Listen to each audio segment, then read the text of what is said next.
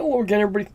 This is Derek, and I am coming back at you with another Wargaming and Miniature live stream.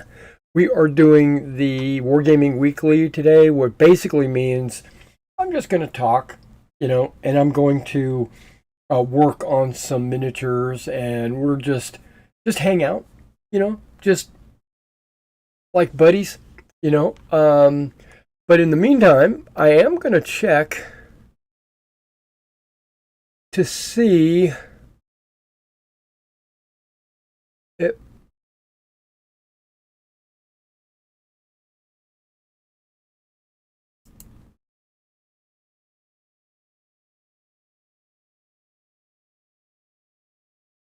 Okay, I'm basically just checking my emails to see if there's any trade information or any uh,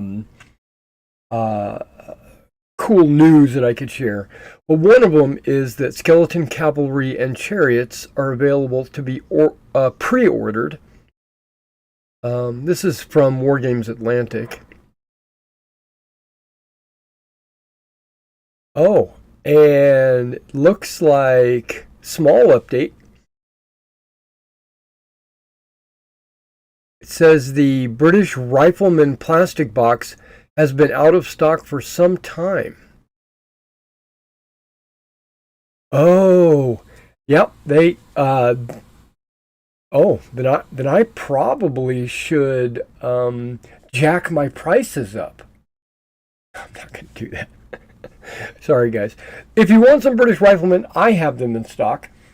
But they apparently their mold broke, and they're working hard to get that fixed. No ETA. Wow. Okay, so British Rifleman from Wargames Atlantic, out of stock. And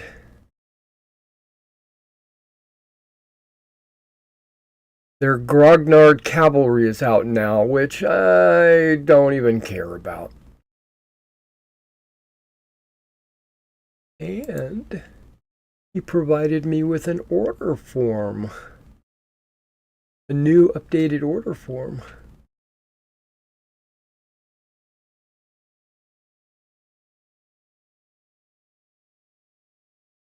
Which has the Great War infantry on it. I might order some of those.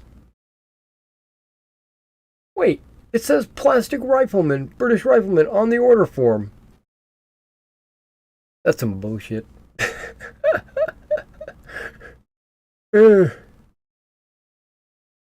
Skeleton cavalry is not on there. Oh, it's at the very top under pre-order.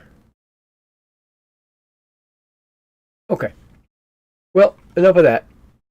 Let me keep looking through my emails.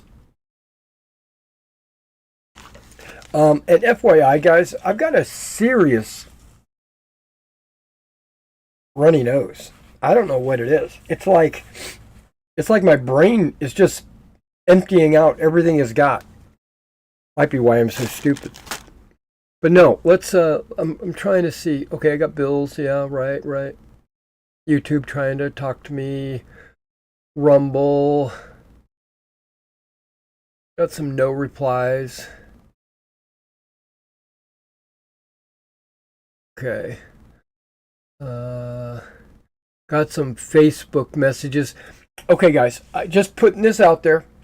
If you follow my channel, if you follow me, you know I do not ever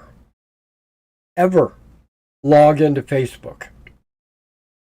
If I do, it's by accident. Facebook is not someplace I go. I don't frequent it. I don't check my comments. Nothing. Sometimes I get emailed like from Facebook saying, "Oh, Mason wants to talk," or whatever.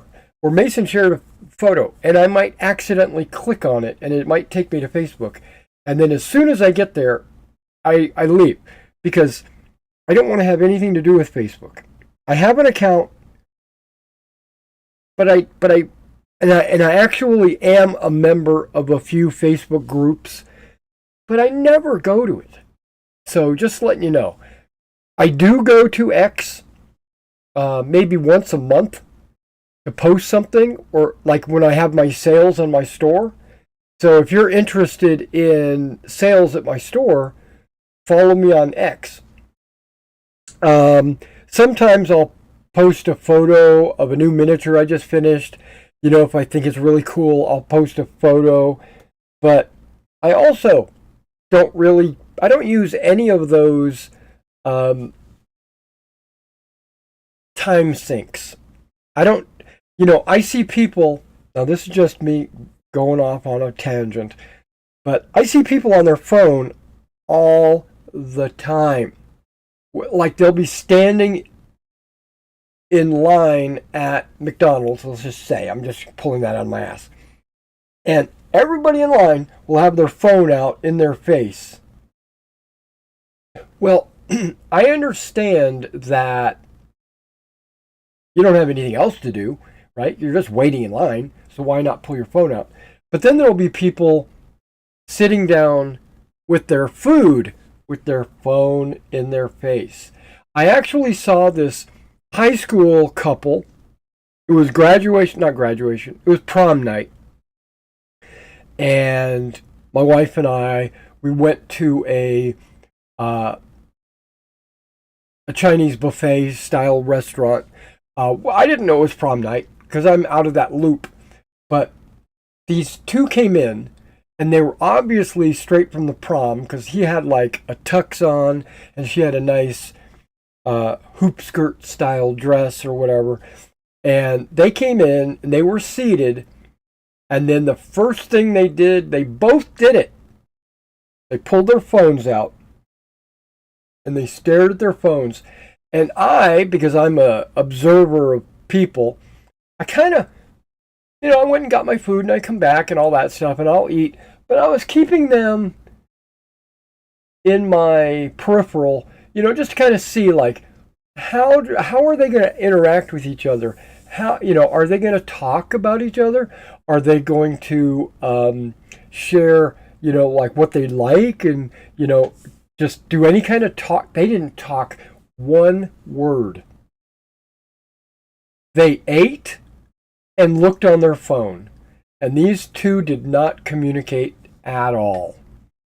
I was flabbergasted. Okay, so what do we got? No, it's not Games Workshop. Warlord. New trade newsletter. Okay, well, I'm going to open it up just to see what we got. They got some kind of expo in Louisville, Kentucky, March 3rd.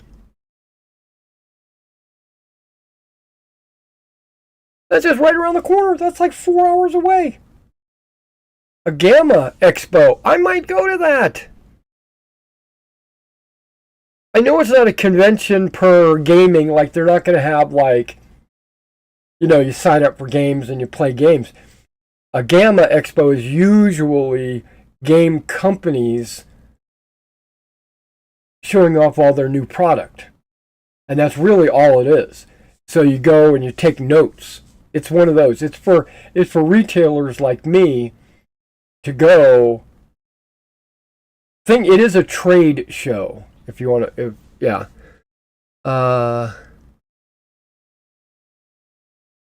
Yeah, and they've got a booth number. So they've got a booth at Gamma. Okay, trade shows. We love to drop by and say hi. Nuremberg Toy Fair. I guess that's February 3rd. So if you're in Nuremberg, North America, they'll be at Gamma, which is Louisville, Kentucky. Sunday to Thursday. That's a weird amount of time. It's the 3rd to the 7th. Okay. Okay, and then they got January bolt action releases. It looks like it's the Royal Navy section. British Army Infantry Winter. So it's British with greatcoats on. The Lee medium tank. Early war, obviously. Desert. And looks that's Japanese, isn't it? The KAMI amphibious tank, Type 2 Kami. Okay. And the Matilda. Oh my gosh, the Matilda is going to be very popular, I would think. It's resin and metal.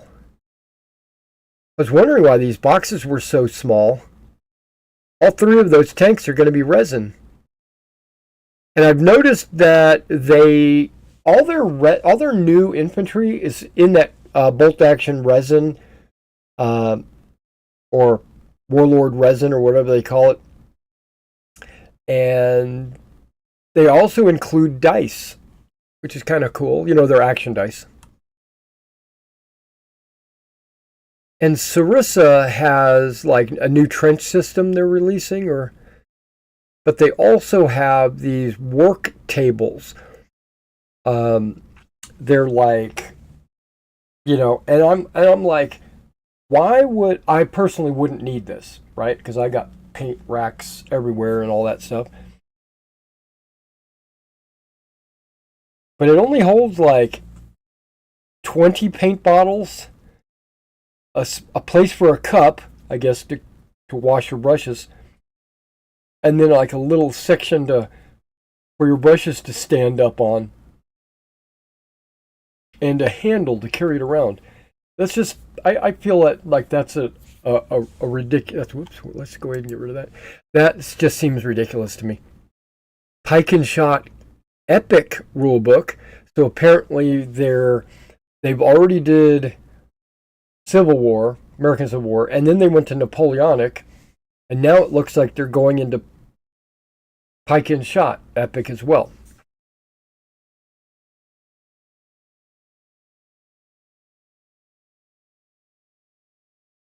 And then the 2000 AD game that they've got, the ABC Warriors, which I don't know anything about that, and I don't care to. Okay. And Columbia, they're the ones that do Harn Master and Harn World. They've got a new Kickstarter. It's Tharda. And Warlord Games sent me another email. Okay. Civil War. Glory, glory, hallelujah. Here's a snippet.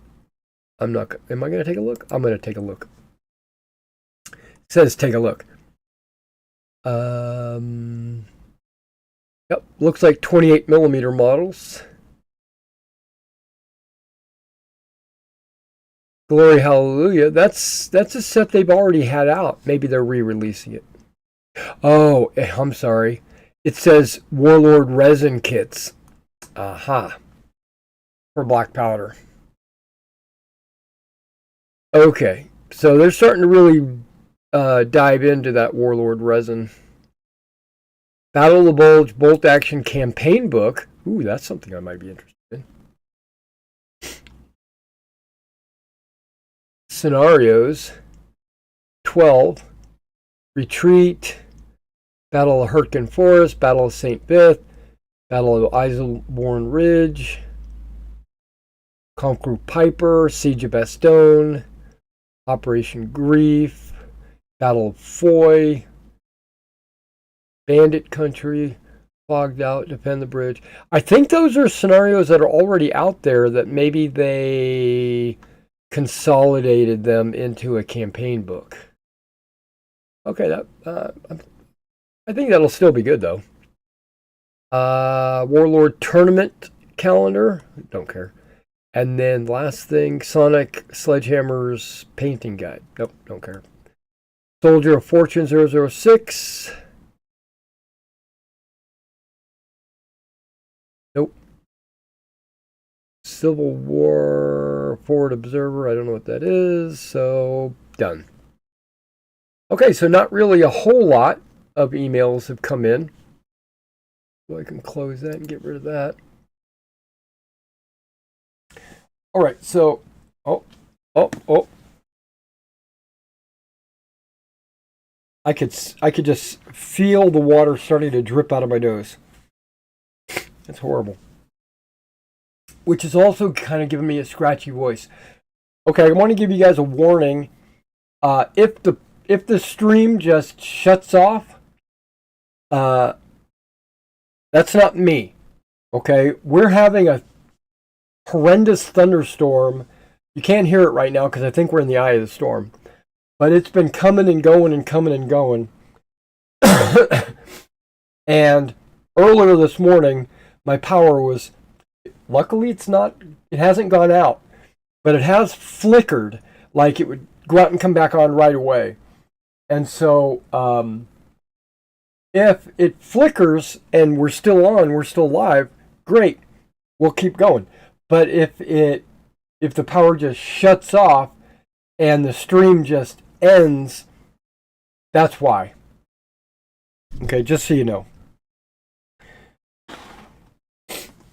Okay, now, yesterday I had cut all these off of their bases and started to bust them off and glue them onto their bases. And I was using a brand new blade, which cut through the red tape like butter. I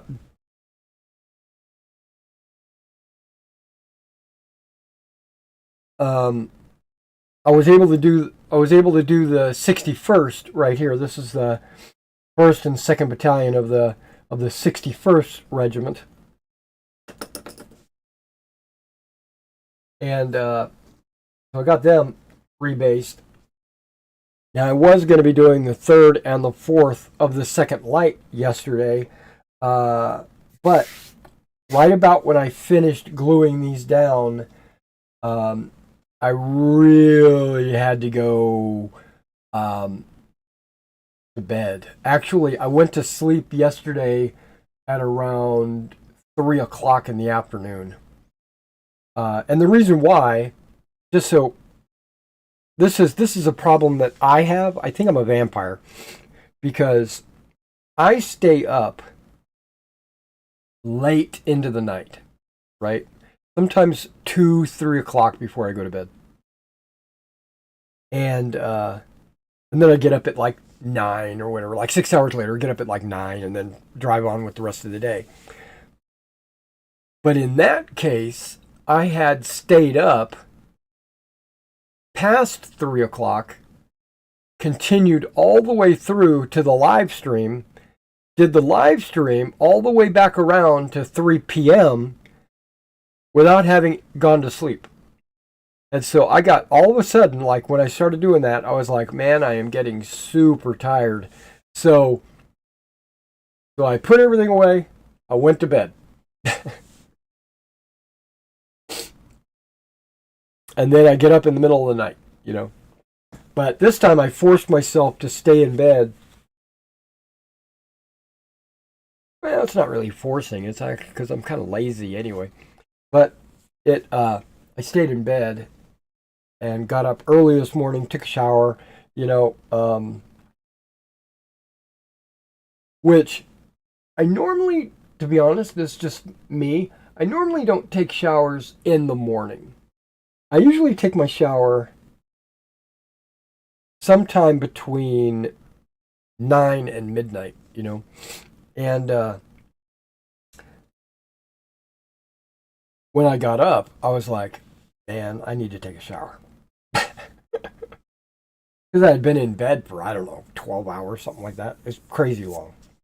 Okay, so let's go ahead and knock these out.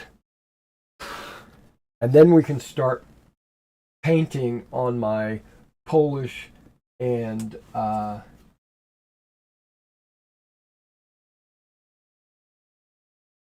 fourth. Yeah, I've got these guys. The only thing I've done is flesh and boots, as you can see. I decided to use a different flesh this time. which I used this light flesh. It's got kind of a darker pink or a browner pink, or I don't know how to explain it. Like a peachy color. In the past, I had been using like flat flesh, right? And if you were to ask me which one was lighter, I would say this one. And that's flat. This is called, and it's also two different brands, so you just bear with Model Master and AK light flesh. Now I also sometimes will use Barbarian flesh from Army Painter, and this light flesh doesn't even look lighter than Barbarian. Now, AK has this thing called Radiant flesh, which looks very light. And then they have something called, I got like 10 fleshes, but it's called Basic Skin Tone. That's even lighter. So in the grand scheme of things, I think it goes kind of like that. I think you got, oh yeah, there's one more. There's like highlight flesh, but we don't need to worry about that. But we got like Basic Skin Tone, Radiant, Flat Flesh, Barbarian flesh, and then something called light flesh. I don't think that's light flesh. I think that's just maybe a slightly darker flesh. But I thought I'd give it a chance, and what I did was I painted all those Polish with it, and my 15s with it, and it looks very good. I'm going to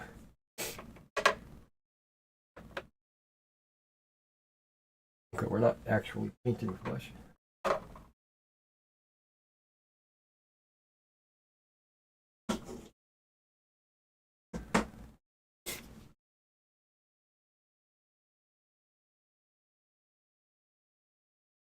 That's what it turned out as. I think that looks really good.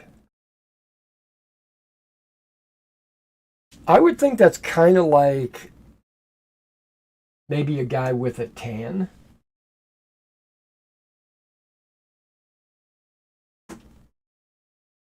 And then on a 15 millimeter, it'll always look a little different. But I think that's a good flesh tone. I'm happy with it. I'm very happy with it.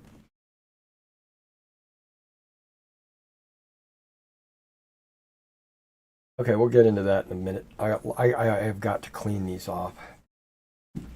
Got to knock this out. Okay.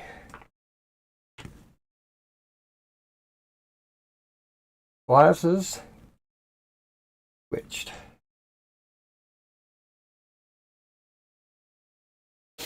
Now I noticed these were glued down with a cement and not Elmer's or a PVA white glue. Okay.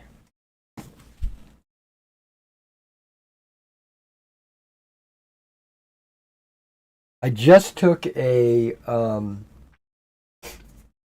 antihistamine, hoping that it was just now, so I was hoping that it'll stop my nose from running.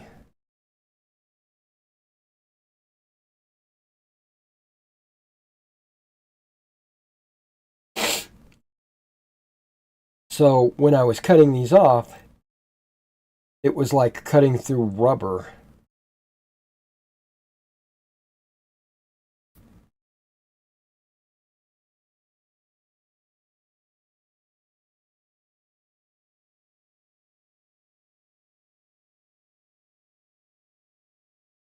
But I suspect that I was using that glue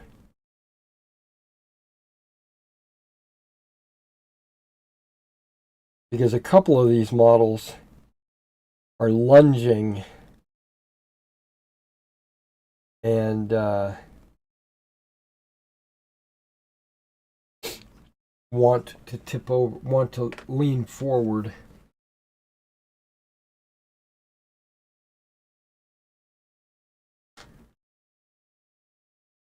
Only, what's your problem? I can see already.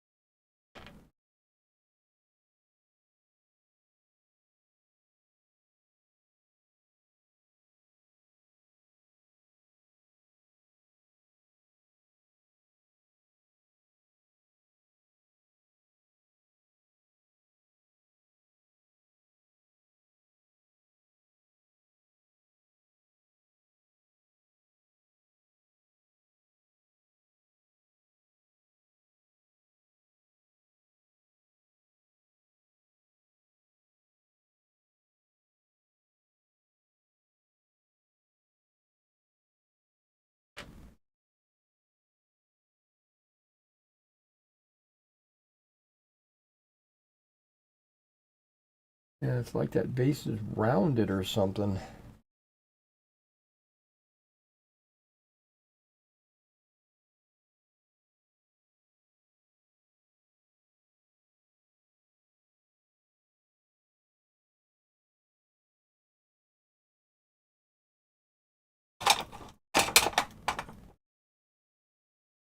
No, wait a second.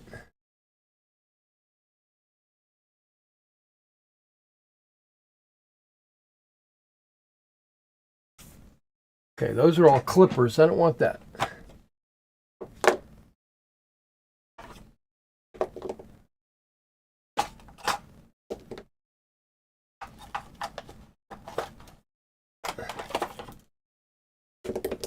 Every one of those is a clipper.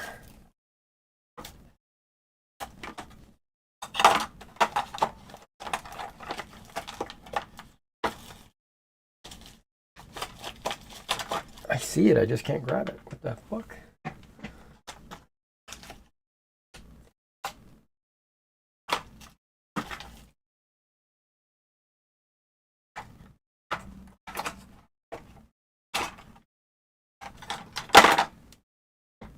I need a Lowe's. Got a clipper for every occasion. Okay. No.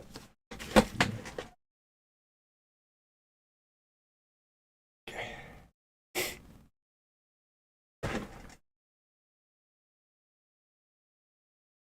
Really don't need that. I'm not cutting.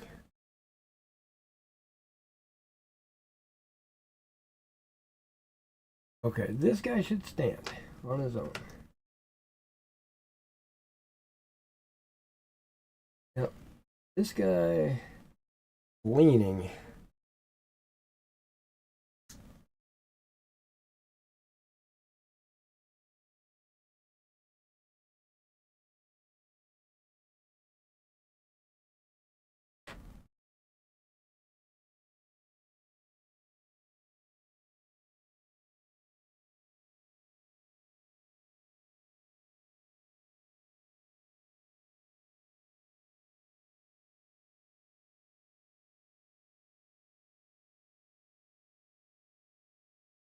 Okay, hold on.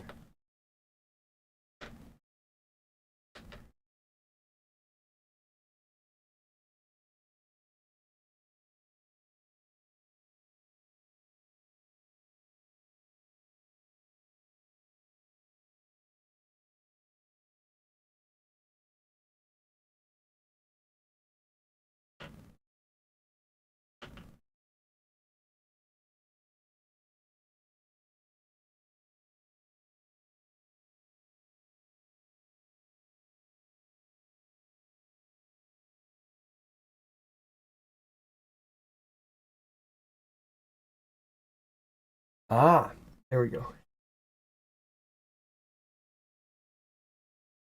Not perfect, but it'll stand, and when the glue applies, it'll hold.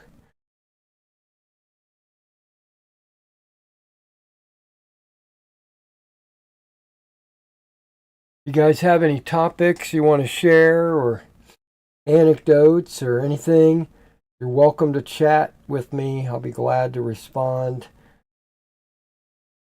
when I see it. If and when I see it. This guy's just pain in the ass.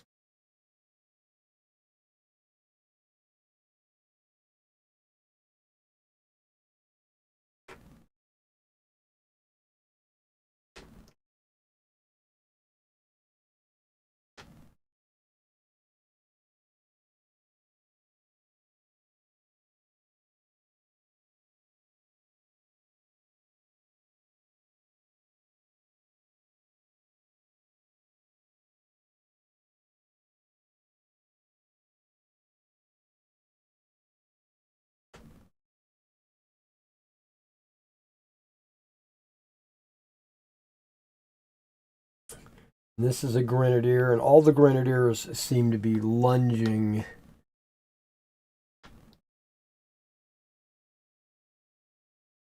And they're not going to stand up.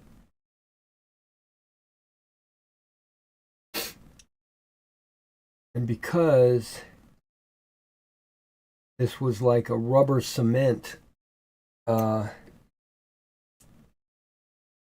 of the bases tore up, actually. It's okay, I was throwing them away anyway, but it's stuck to the model, you know, the base.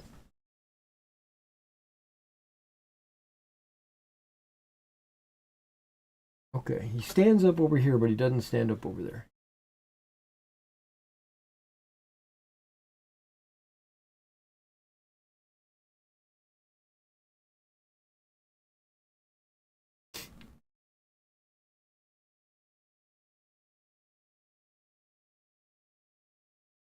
I have this sneaking suspicion that this desk has like a little bit of a bowl shape. I should probably drop some water on it and see if it all goes to the center.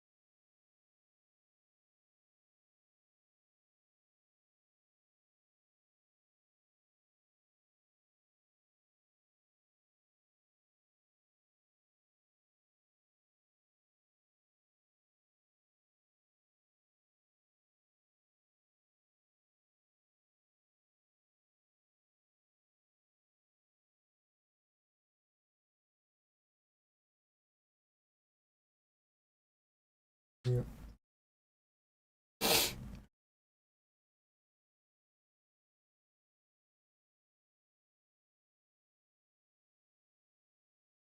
Or if you want to just listen in while you're at work, that's fine too. Try to keep you company. I just don't have a whole lot to say today.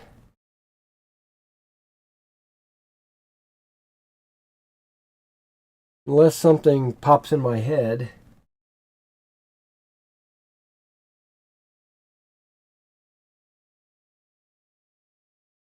So I worked out all the movement for my marshals and generals. Everything is going to be done in base widths.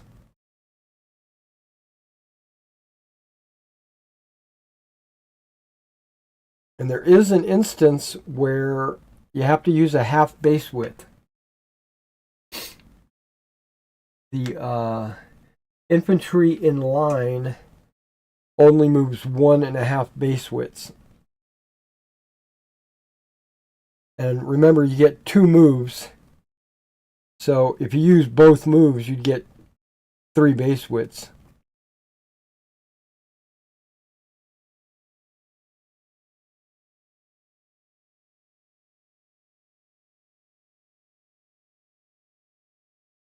But if you wanted to move and formation change, or move and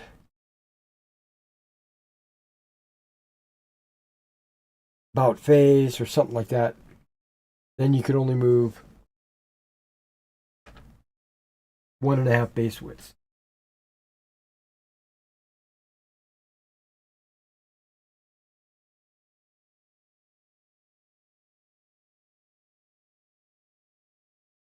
Now, I haven't put all this information in my rules yet. I have started.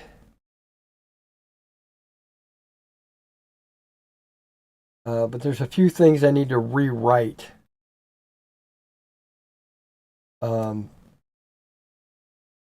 I just haven't done that yet.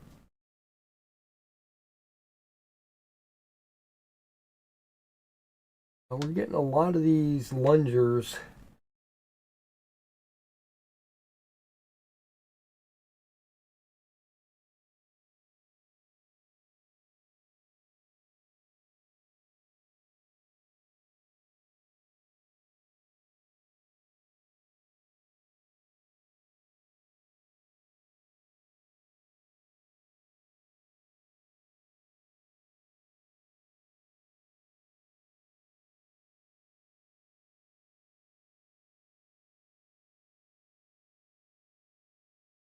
This guy could, yep, he could.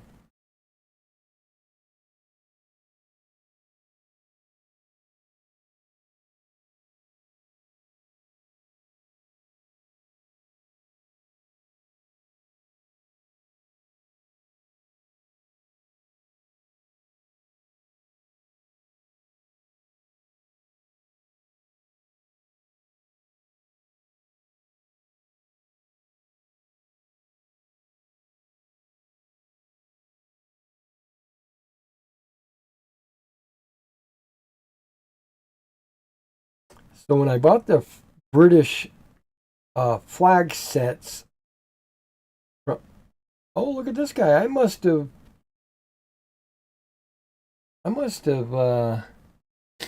on both of these, I must have cut the eagle off and made it a spear tip, like it's supposed to be. Really? Maybe that was an experiment.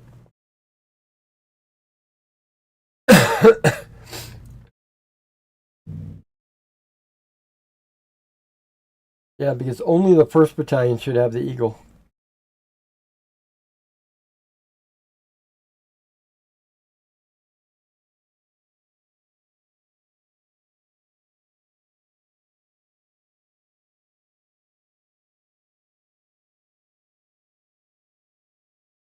Yeah, he's lunging too. No way he'll stand.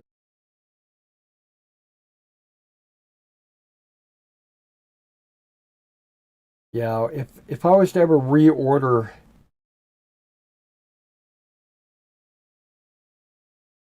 because I've already got these miniatures, so I'm not gonna order a different pose. But if I need to, for whatever reason, like when we go into the Waterloo, and I need a bunch more regiments or something, I'm going to be aware, or consciously aware, of these poses.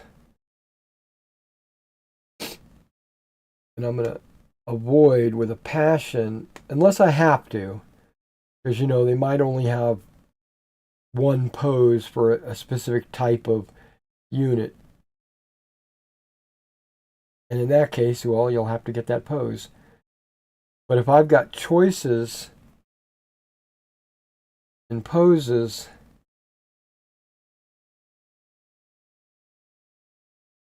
I'm not going to do the charging or lunging or whatever this pose is, because the figures just don't stand up. So I have to use a stickier glue.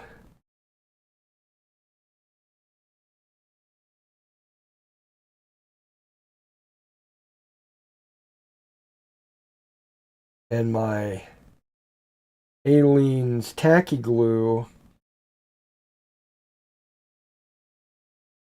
has been working pretty good.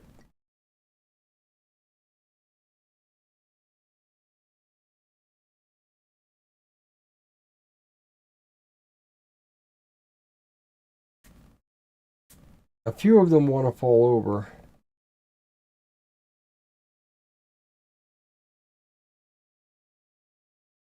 But if you put something in front of them where their bayonet's resting against it or whatever, they won't fall over.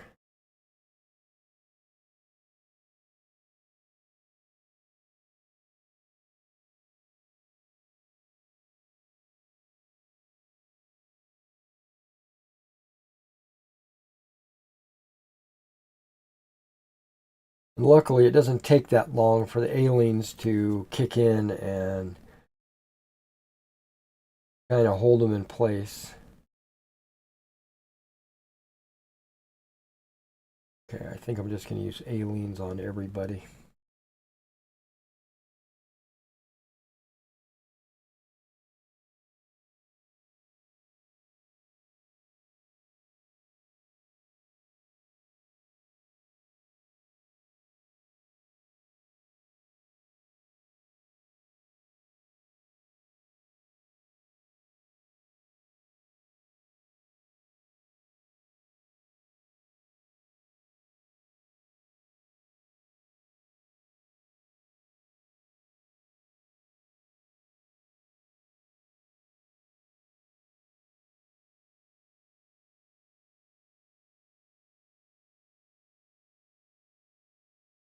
Would it be crazy if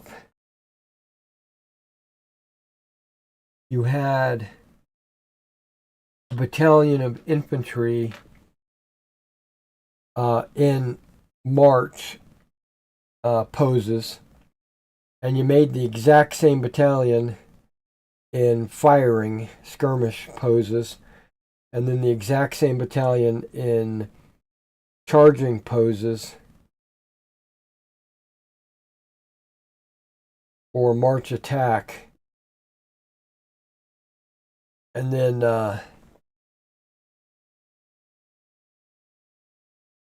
depending on what formation they're in is the figures you have on the table, because the poses that the miniatures were in would show you what formation they're in. That would just be wild. Constantly changing out their battalions, like he's in march column and all the figures are in march, and then you change to a line, so you put out all the skirmishing figures out there.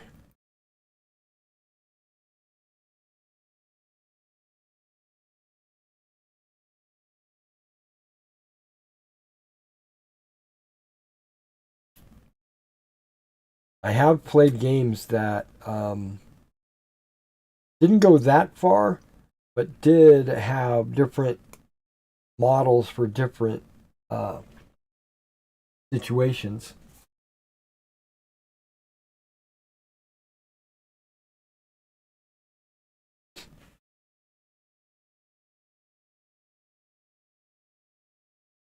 I think it's just wild.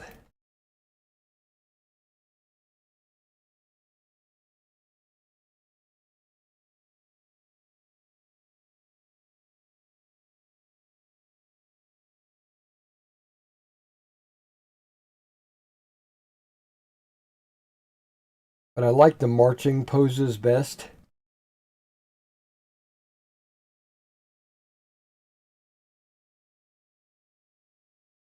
For basing them.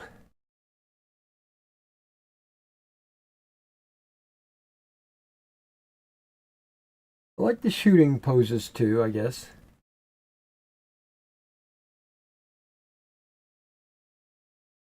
But I don't like the poses where the bayonet is low.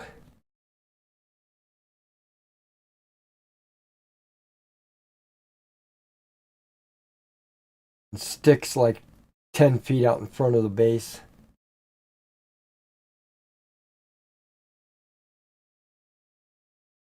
It just interferes when you're trying to change formations or close into melee or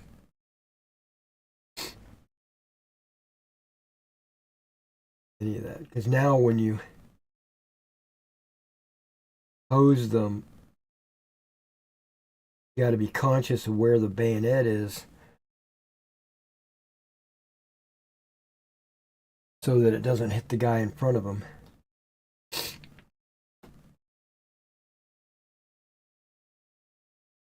Okay. Well, that's not very many guys standing, is it?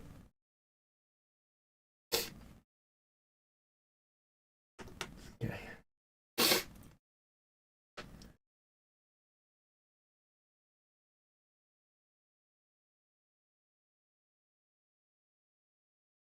I think I'm going to use tacky glue on the entire battalion.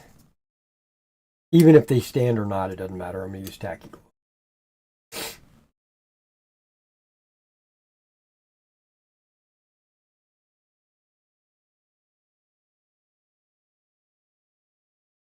Another reason why I think I need to reorder this. This is my last bottle of tacky glue. And I see at Hobby Lobby it was only $3.79.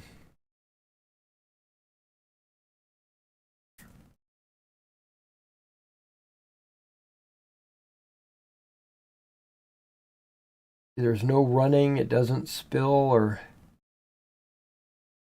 go where you don't want it or nothing. It's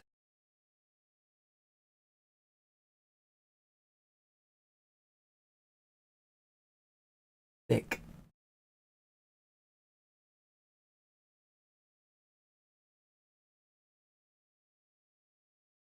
Yeah, I think I'm going to play a computer game today when we're done. I think I might play some City of Heroes middle of the afternoon. I don't anticipate coming back until Monday. Just FYI. Okay, all my Voltiers are standing. That's good.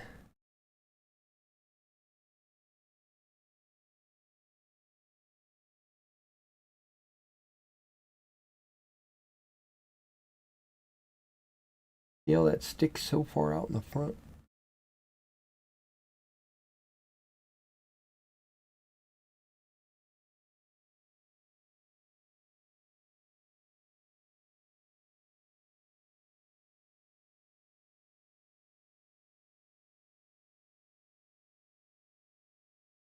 There's a word for that pose where you're holding your musket down at your waist. I think that's called trailing.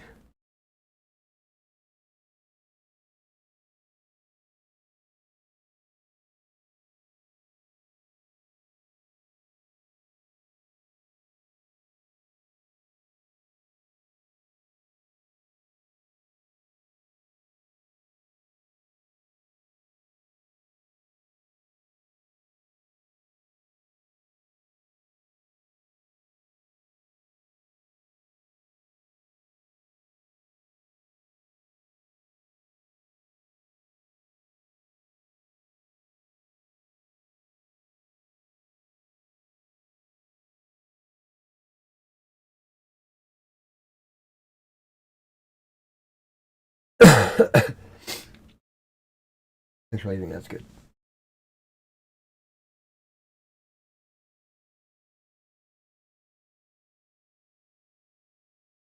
My command stands for the French. I've pretty much come up with a universal order I'm putting them in. Drummer or musician of some kind. Officer. Sometimes I'll put the officer a little bit further forward to denote that he's leading from the front. Standard bearer. And then port eagle or whatever they call them, the attendant, the ensign that guards the standard bearer and the eagle. Yeah, he's way too far.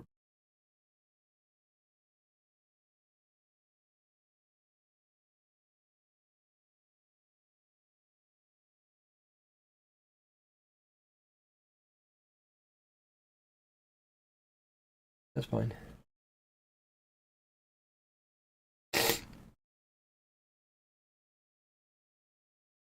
All right, grenadiers.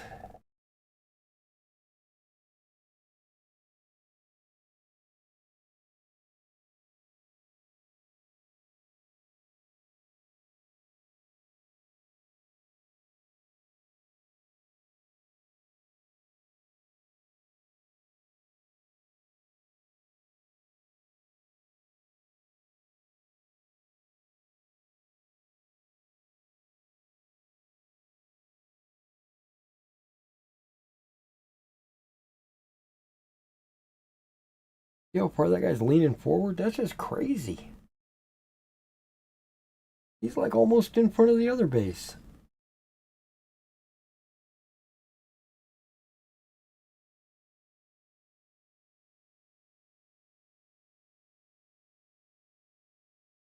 And he's tilted and he fell forward.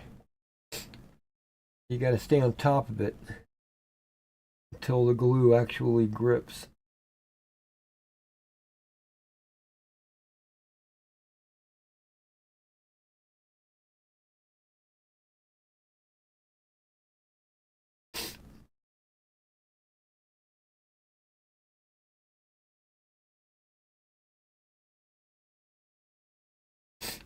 And then I'm going to have to take a unit, maybe this one.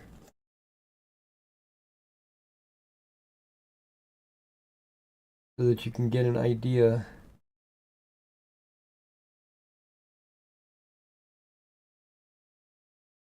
where to put the battalion or the bayonets.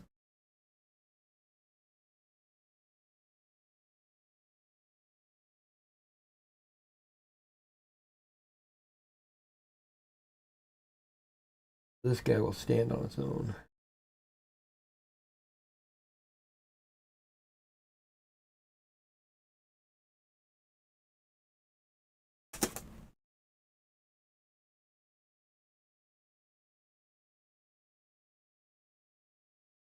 Yeah, I don't think I've got any like allergies or anything.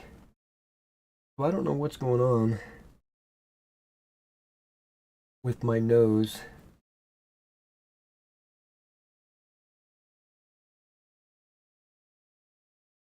You know what? Maybe I should just.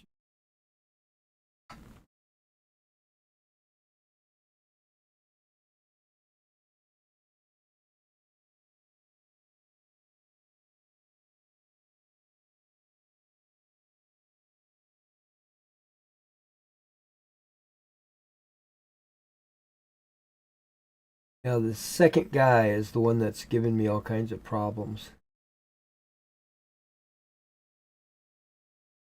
All the other ones seem to be gripped pretty good. Pretty good. Now, if I was to take these guys out and then kind of push them up against the bayonets,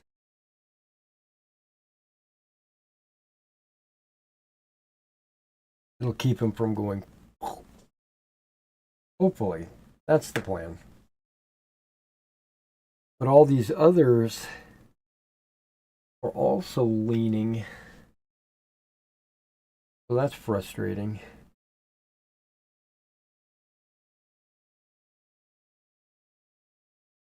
Oh, you biatch.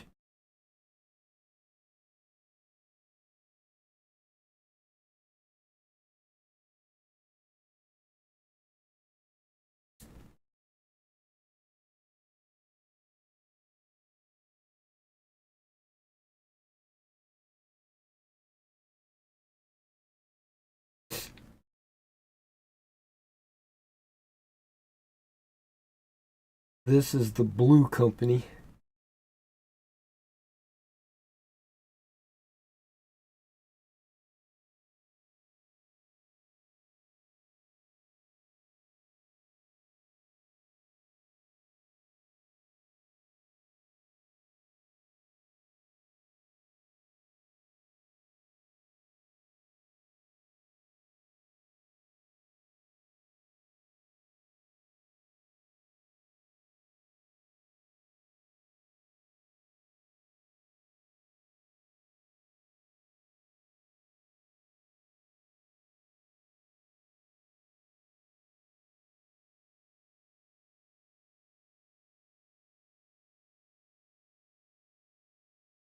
All right, so the tacky glue's been out long enough on the bases that it's starting to harden up a little bit, which is perfect.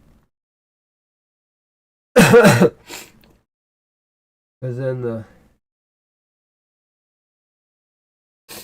grips the figure better.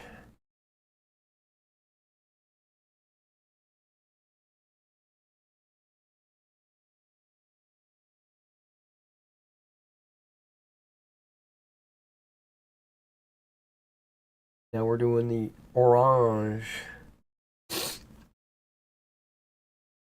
I don't remember which company color is like first, second, or third company.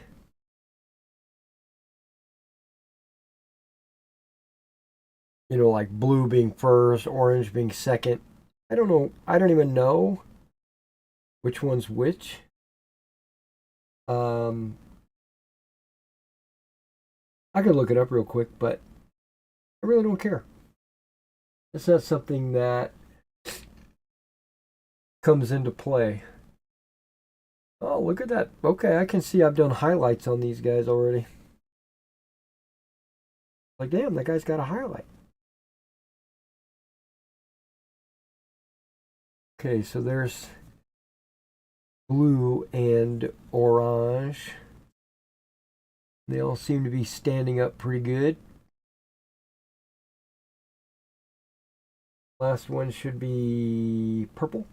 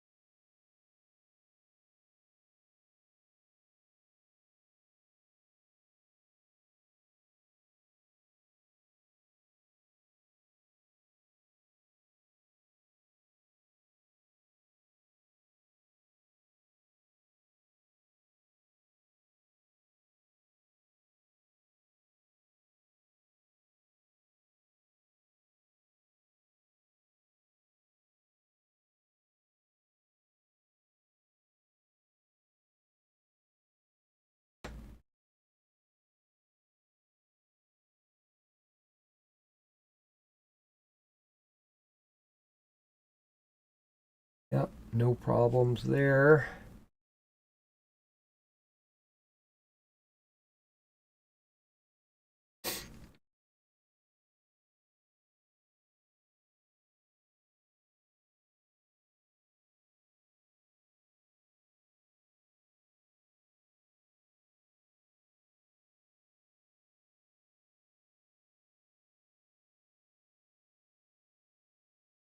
No problems there.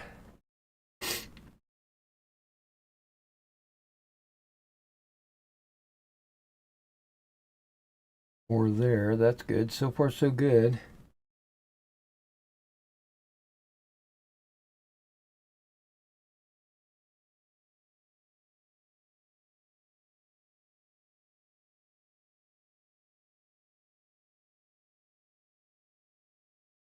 Yeah. Renegers are going to be giving me grief.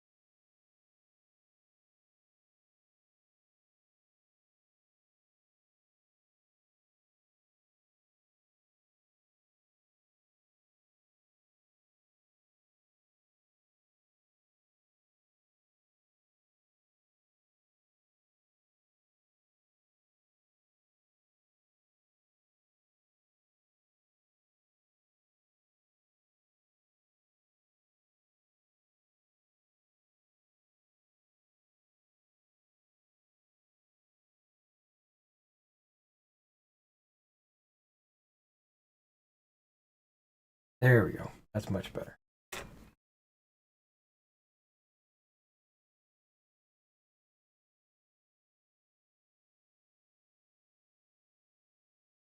Yep.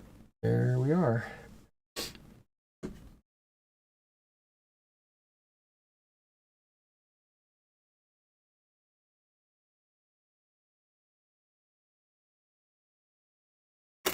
Wow, that took a moment.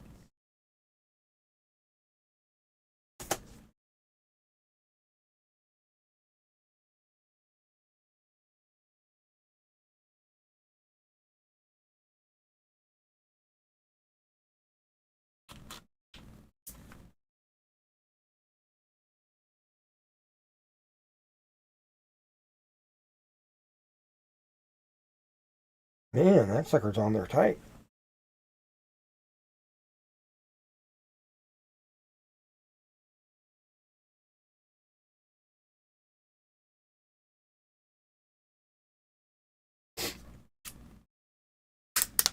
Yeah, there's some pressure.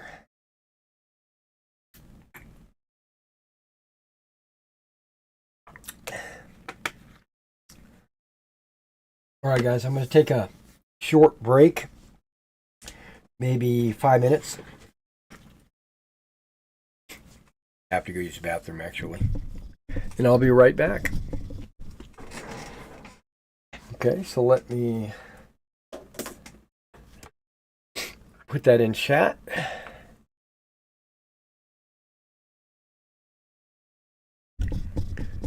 Be right back.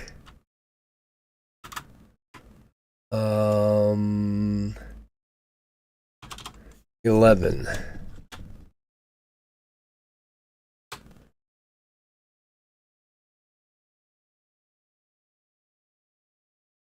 Okay, now why didn't that pop up in my...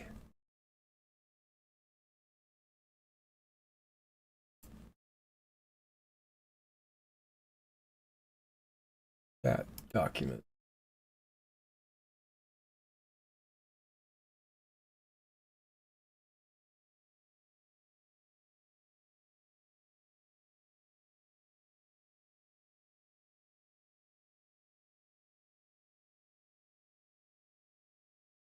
Not even refreshing. That's what's weird.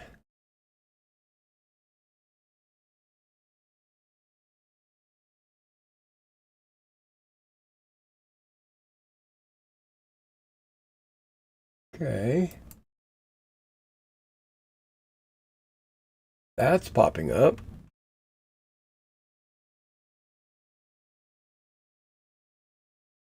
Stream is still going, from what I can tell.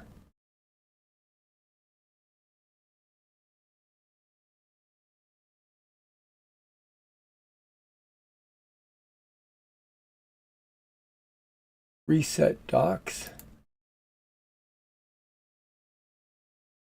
Yes.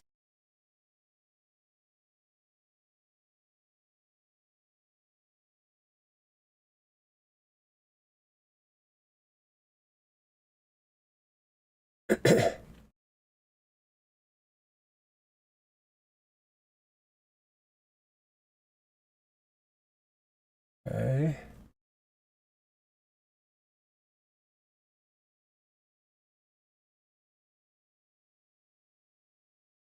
Not refreshing.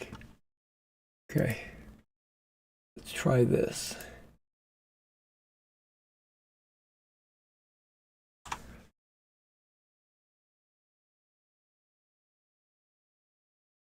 Shoot, it won't be 11 till I actually leave. Okay.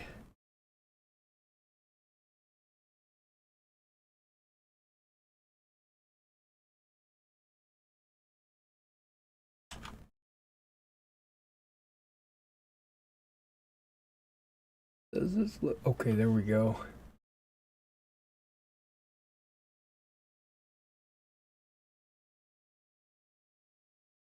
Yay.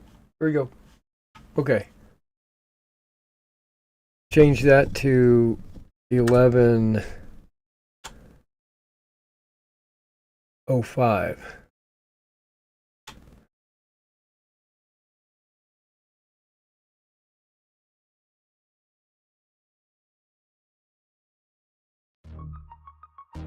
All right, I'll be right back.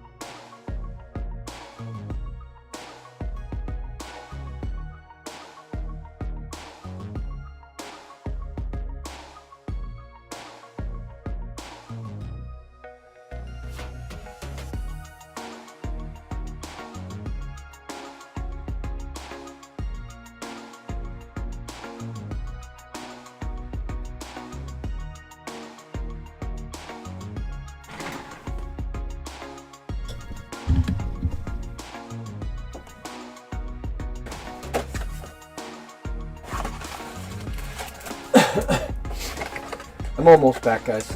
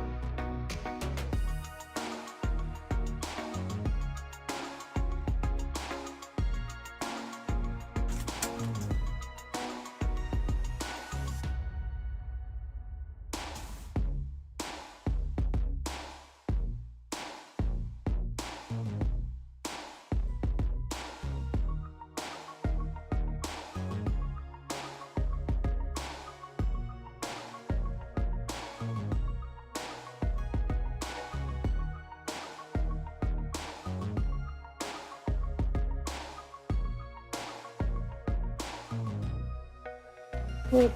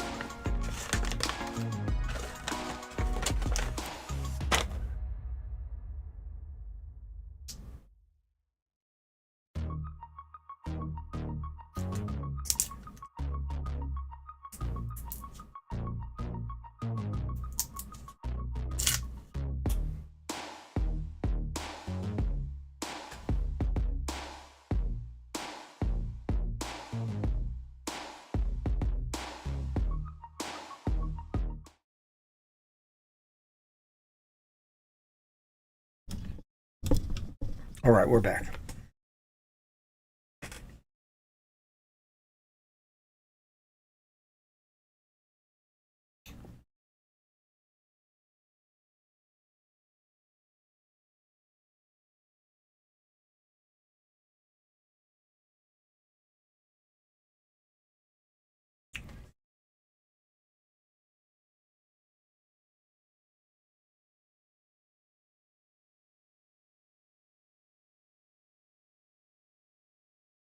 Everybody seems to be in good shape.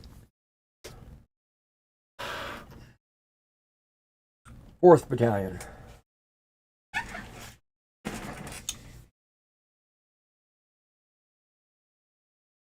These are all the same leaning, lunging models.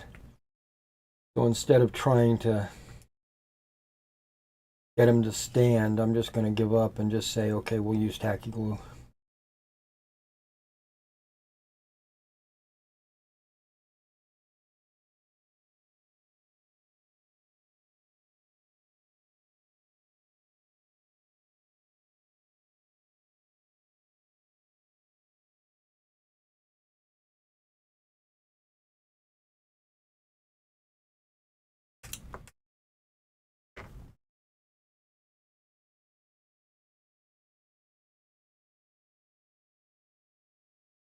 I'm not sure, but I think this is like the only regiment that has all 4 of its battalions.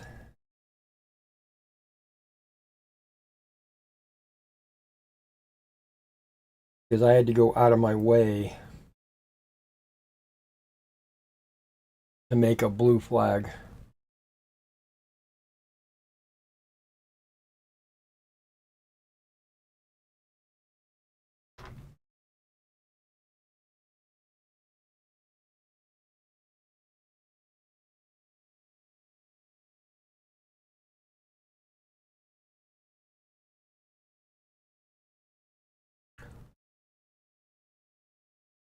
There are no band-aids under these. I took the band-aids off this morning when I took my shower. And they're not fully healed, but they're not blisters.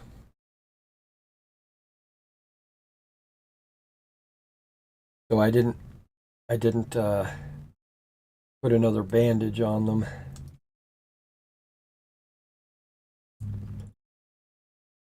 But I am going to put a little cover on them just to kind of protect them a little bit.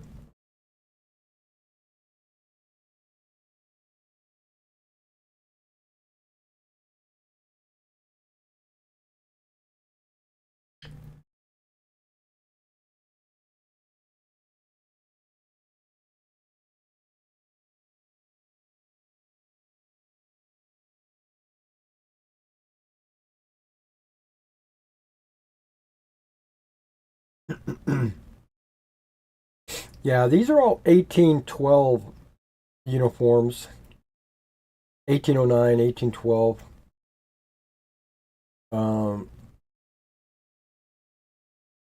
When I ordered light infantry from Old Glory, I didn't realize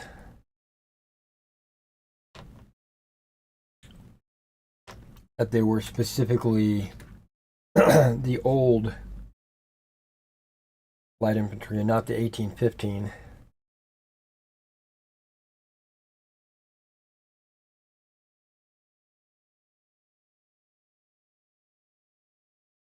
I could have used the 1815 infantry, line infantry. I could have used them as light infantry.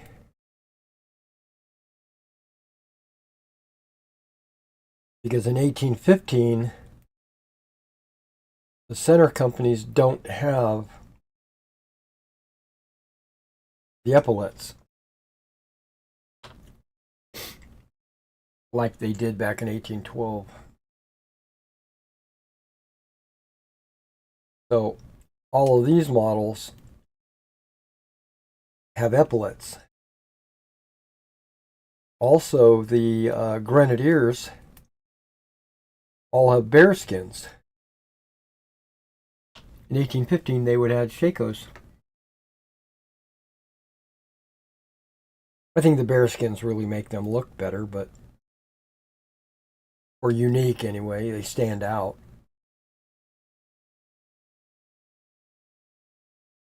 And I don't mind painting them up like, I could use them in the peninsula.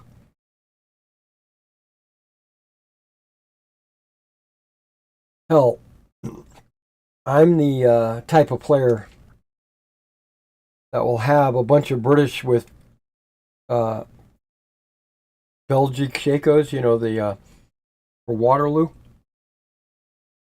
But I'll still use them in the peninsula. I don't have like a Peninsula British Army and a Waterloo British Army. It's all Waterloo. And then if I need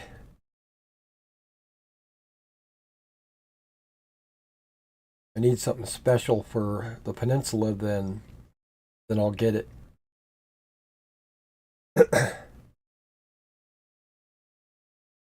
Okay, let's talk rockets. The British had a rocket battery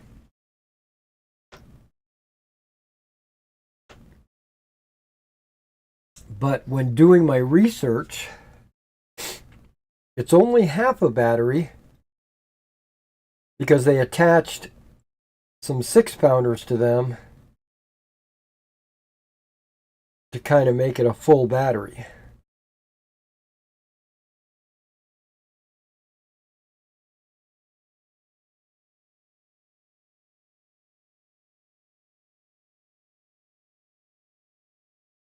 So the way I'm going to deploy it as a battery on the table, one stand is going to be a rocket and the other stand is going to be a 6-pounder. It's still going to be a 2-stand battery. It's just going to have mixed.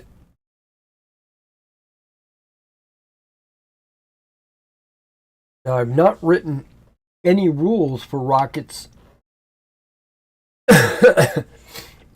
into my rules, so maybe I need to start thinking about that. Not really, because that's at Waterloo. Those rockets weren't at Quatre Bras.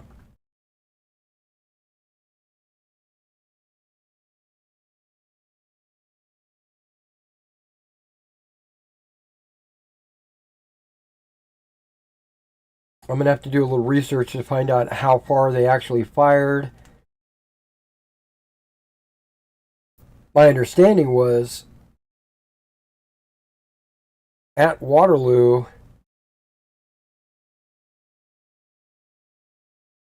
and in the peninsula, they really weren't that effective. They,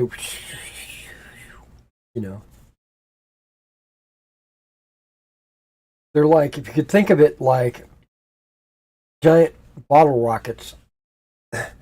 You got your explosive at the top and then a long wooden pole.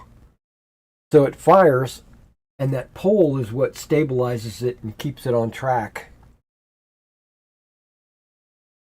And then I guess it explodes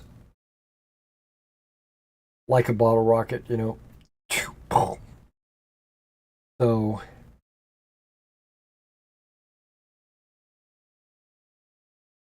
how effective was it really?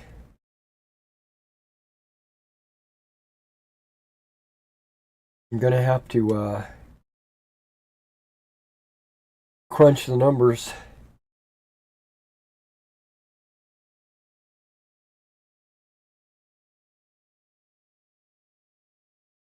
Like, for every 100 rockets, did they only kill one man?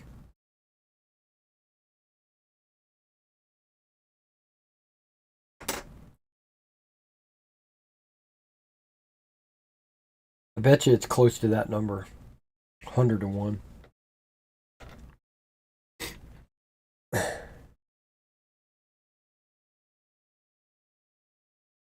I think I read somewhere that it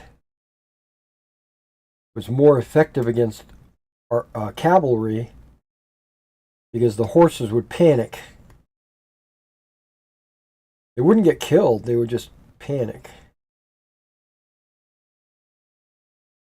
So maybe I do something with the slowing effect. Working through my head right now, like how do I want to do it? Like maybe they're ineffective at causing casualties, but more effective at slowing.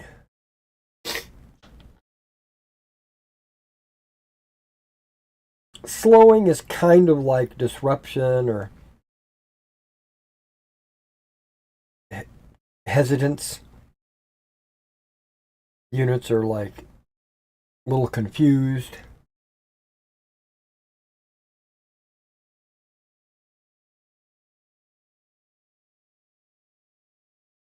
Maybe they get a double effect against cav.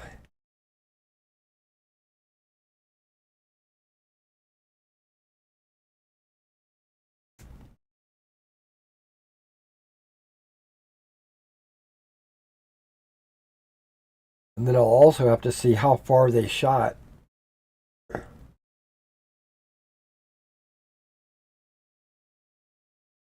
And give them a range.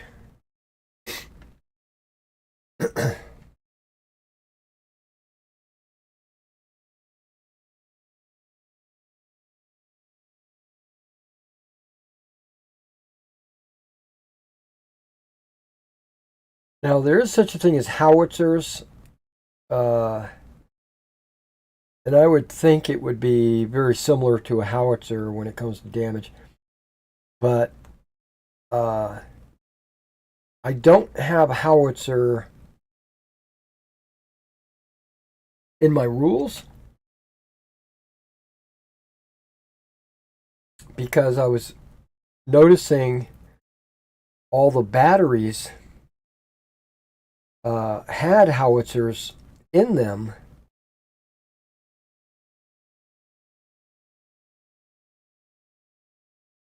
But it would be something like 6 6-pounders or 5 6-pounders and 1 howitzer. So every battery is assumed to have a howitzer,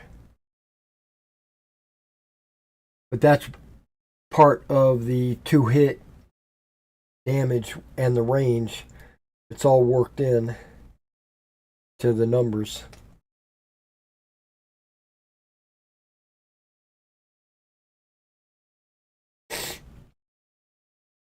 Have you guys ever played or seen the game Eagles? It's a card game. If you're into Napoleonics, I recommend that game. Not because of the game mechanics, or not because it's a great strategy game, because it's not. The reason why I recommend it is because they give you a card for every regiment at Waterloo. And that card has a picture on it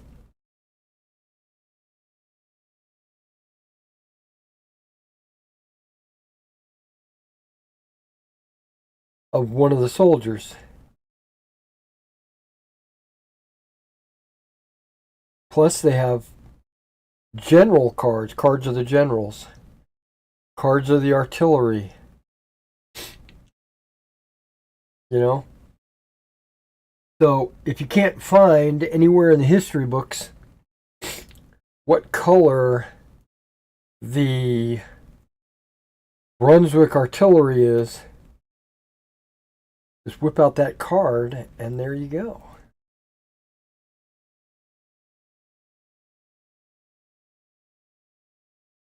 I don't know. I use it as I used it as a painting guide. Those cards.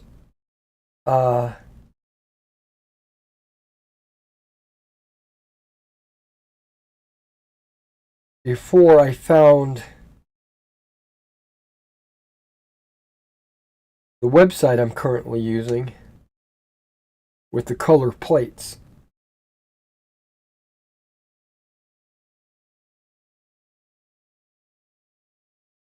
Okay, you're purple. Not sure about those two.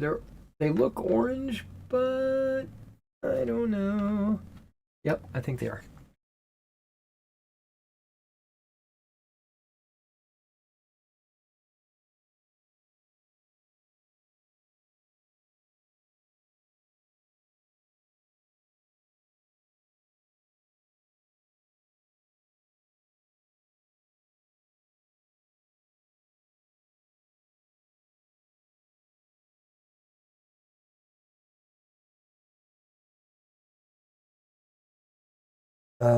I might dig them out sometime and kind of show them off.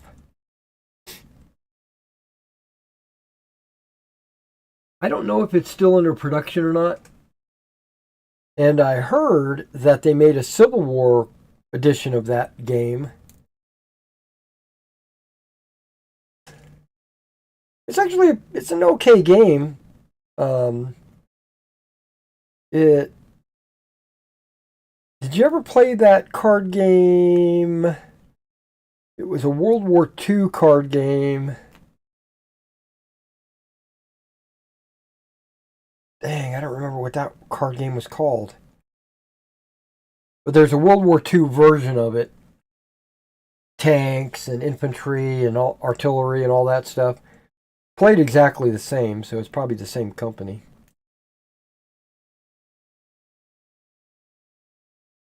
But I got those cards when I owned my store, and that would have been sometime between 95 and 2001.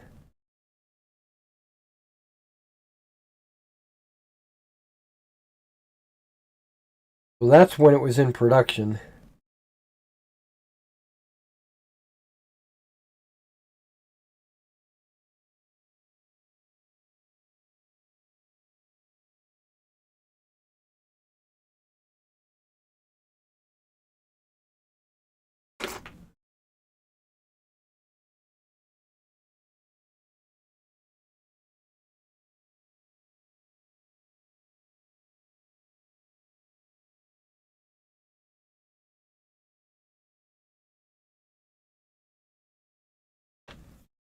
All right, so those are all clean.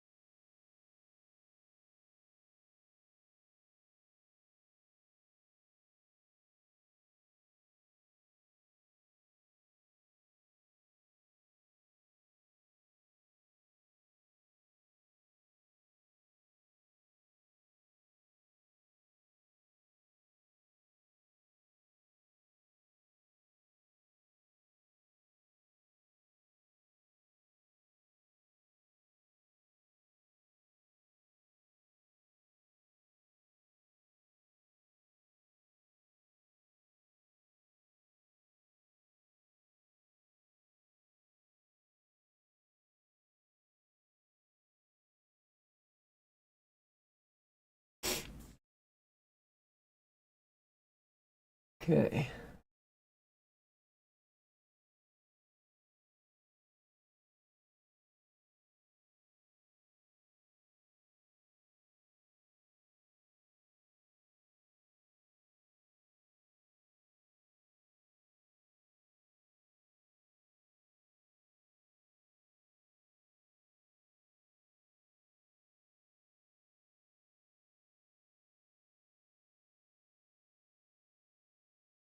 Drummer.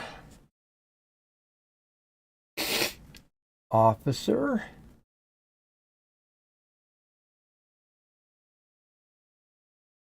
Now I use these lines on the table as a guide because I put the figures or put the stand like in there, and then it kind of shows me the four figures where they would go. Helps me visualize gaps and stuff.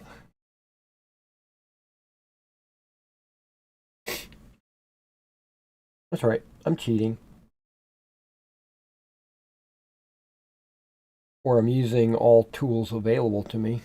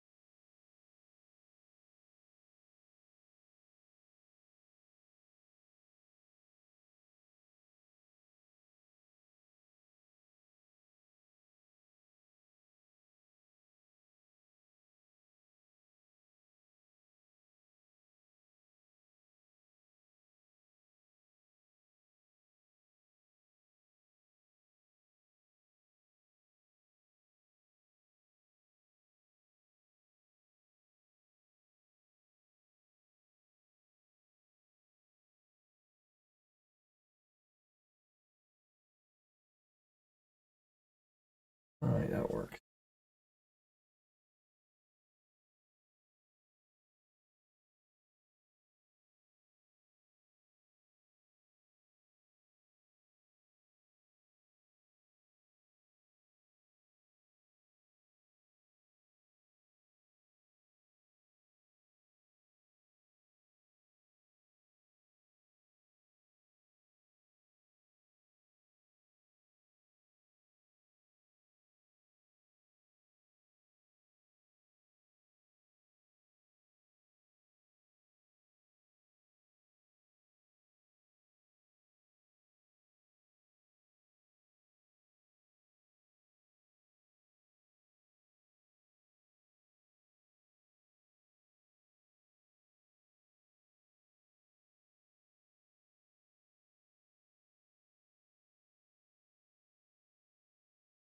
And these lights have coal packs,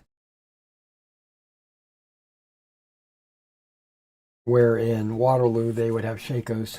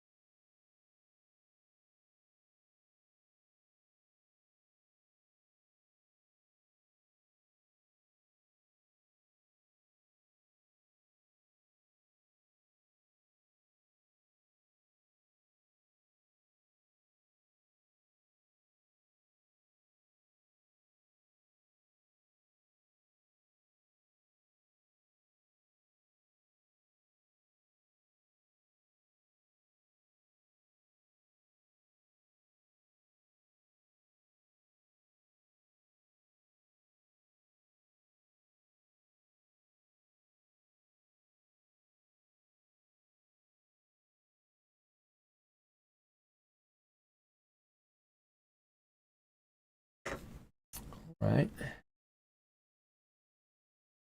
Using this one as a guide.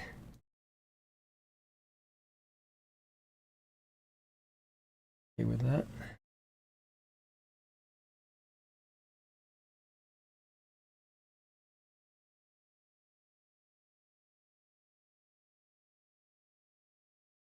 Turned out just a little bit more. There you go.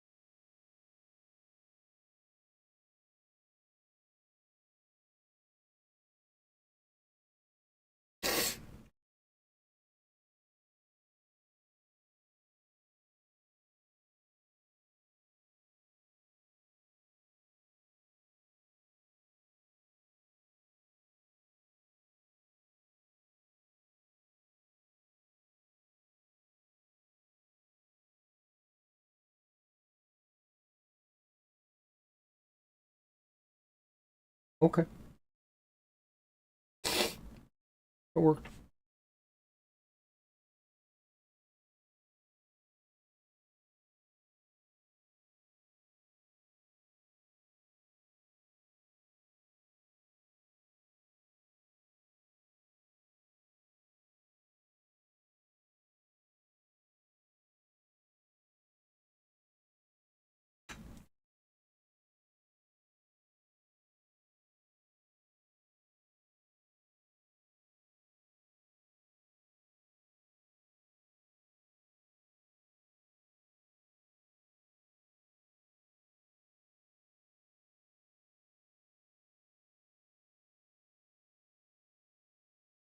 Placing it and pressing it down with these tweezers seems to be a really easy way to put them. Get them into position.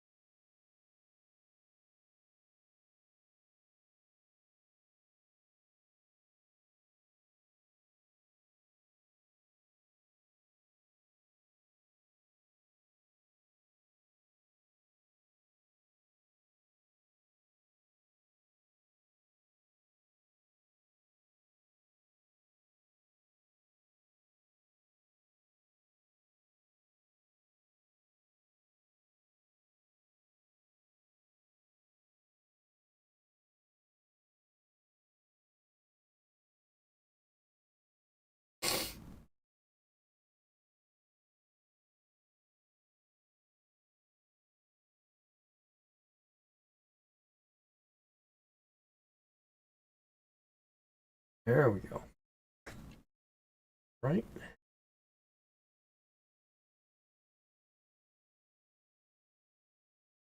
Yep. No worries.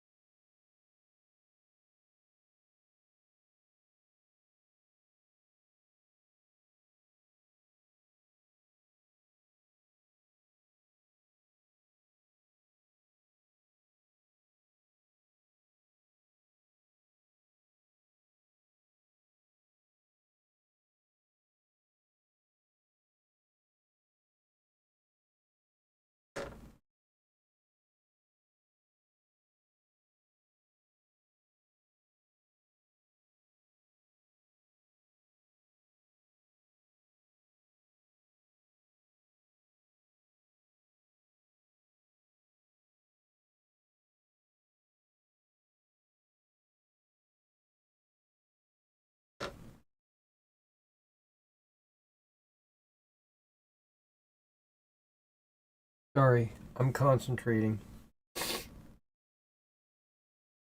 not talking.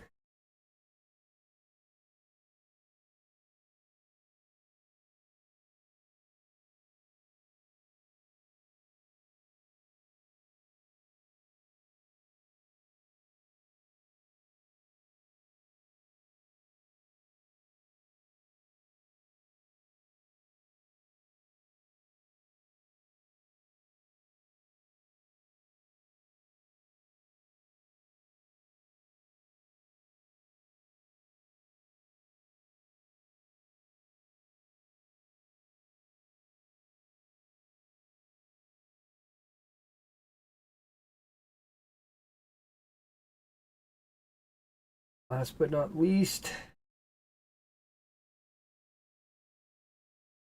the Grenadiers.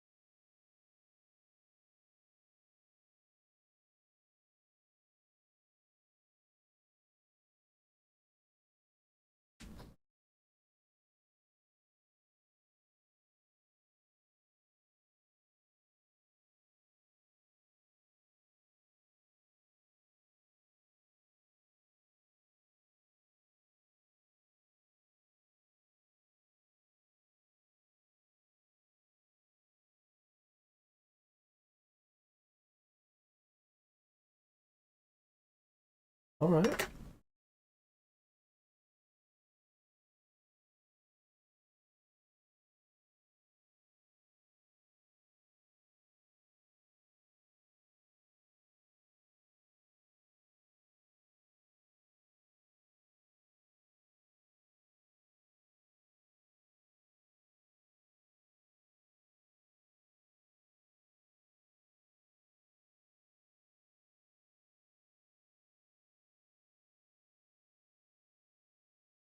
Okay.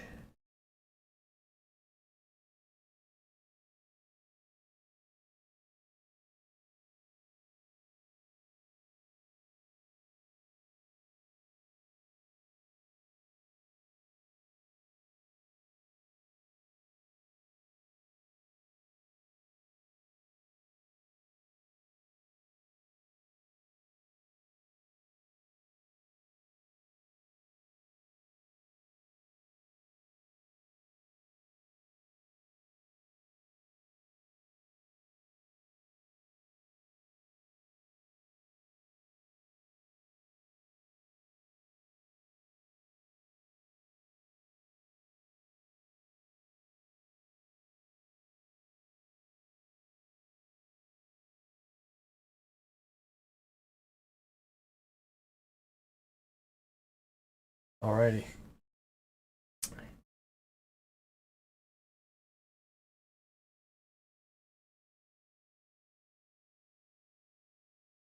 Yay. That's going to finish a brigade. Oh, bending over. I hate it.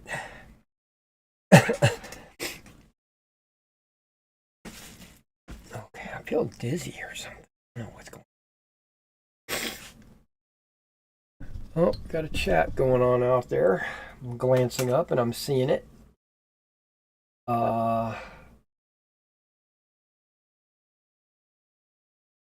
Looks like Go For It Painting is saying hello.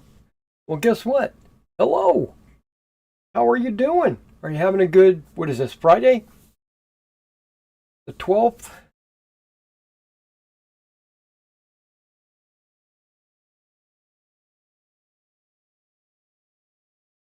I don't know if this runny nose is dehydrating me or what.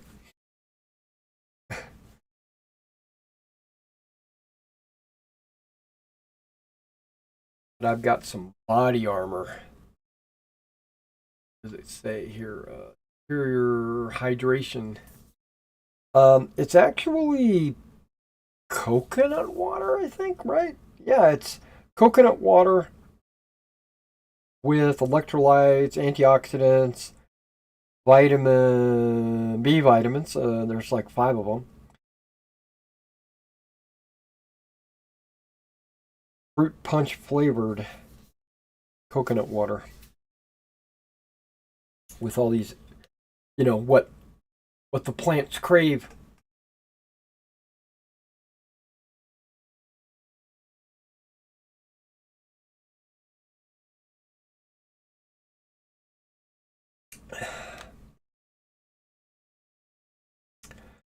Yeah, so I'm just gonna sit back and relax a minute. Ah, yeah, it was fun getting the packages out to the mailbox uh today because it's thundering outside, raining off and on, torrential downpours. Just crazy. And then there was a lull in the raining. It was still raining, but it was very light. So I took that as an opportunity to run everything out to the mailbox. It wasn't too bad. I mean, I got wet, but I put like all the packages underneath my shirt so they wouldn't get wet. But I got out there. I got them in the mailbox. Um, I'm really looking forward to this Litco order I've got in. Not for the bases, but for the charge markers, the charge counters. Um, I have these wooden blocks. I bought an edition I don't remember who made it, but I bought an edition of Napoleon's Battles because I think I bought like 4 different editions of Napoleon's Battles, and this had the scenarios were on like a ring. Yeah, this a ring, and every scenario had a hole in the top that you could throw the ring through, so you could hold all your scenarios on this ring, and then you only needed to pull one scenario out at a time. You know, you didn't need to have a scenario book, which I thought was a really good idea. I still think that's a really good idea. And that edition came with a bag of blocks, wooden blocks. They're probably, they're not 10 millimeters. They're probably 6 or 7 millimeters. They're smaller blocks.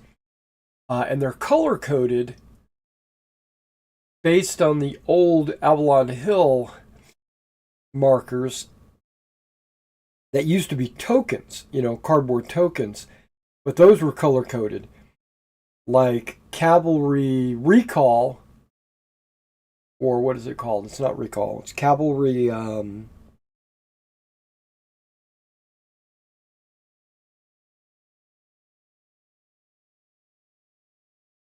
Wow, I don't remember, but I remember it was yellow. You mark your cavalry if they don't move, so that you can move them later during in the phase. You can countercharge, or you can follow up, or something like that in a follow up. I don't think it was called Recall though. And those were yellow, so you would use the yellow ones from this new set. And then things like blue would be disordered and red would be routed, and I don't remember. There's black for like limber, green for like half, or no, green is full move, white is half move, or something like that. So I got all these blocks that are color coded.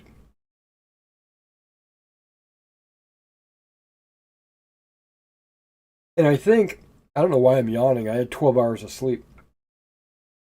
Um, I I'm gonna use them in my game. Um, but like I'm gonna use a block, one color block for wounds, because units can be wounded, or you can lose a base. So I think red would be more sufficient for that, right? Blood red, red for casualties. Yeah, a red marker is going to denote a wound. Uh, I think I'm going to put a.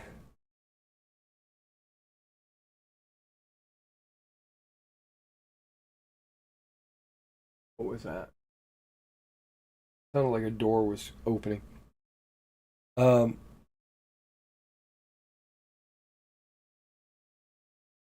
Another marker that I need is for people that are out of command. So you measure all your commands, and somebody that's out of command, I think I'm going to mark him. And I think black might be that. He's in the dark, you know. Uh, and then there are people that can't fire, but I don't think you need to mark those with a token. I think that's something that can just be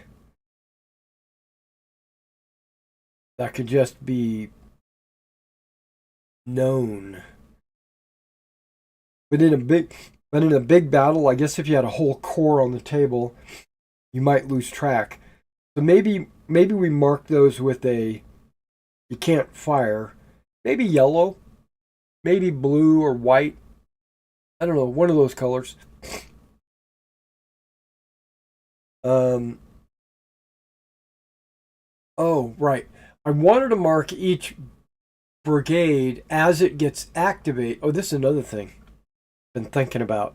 It's come back into my mind.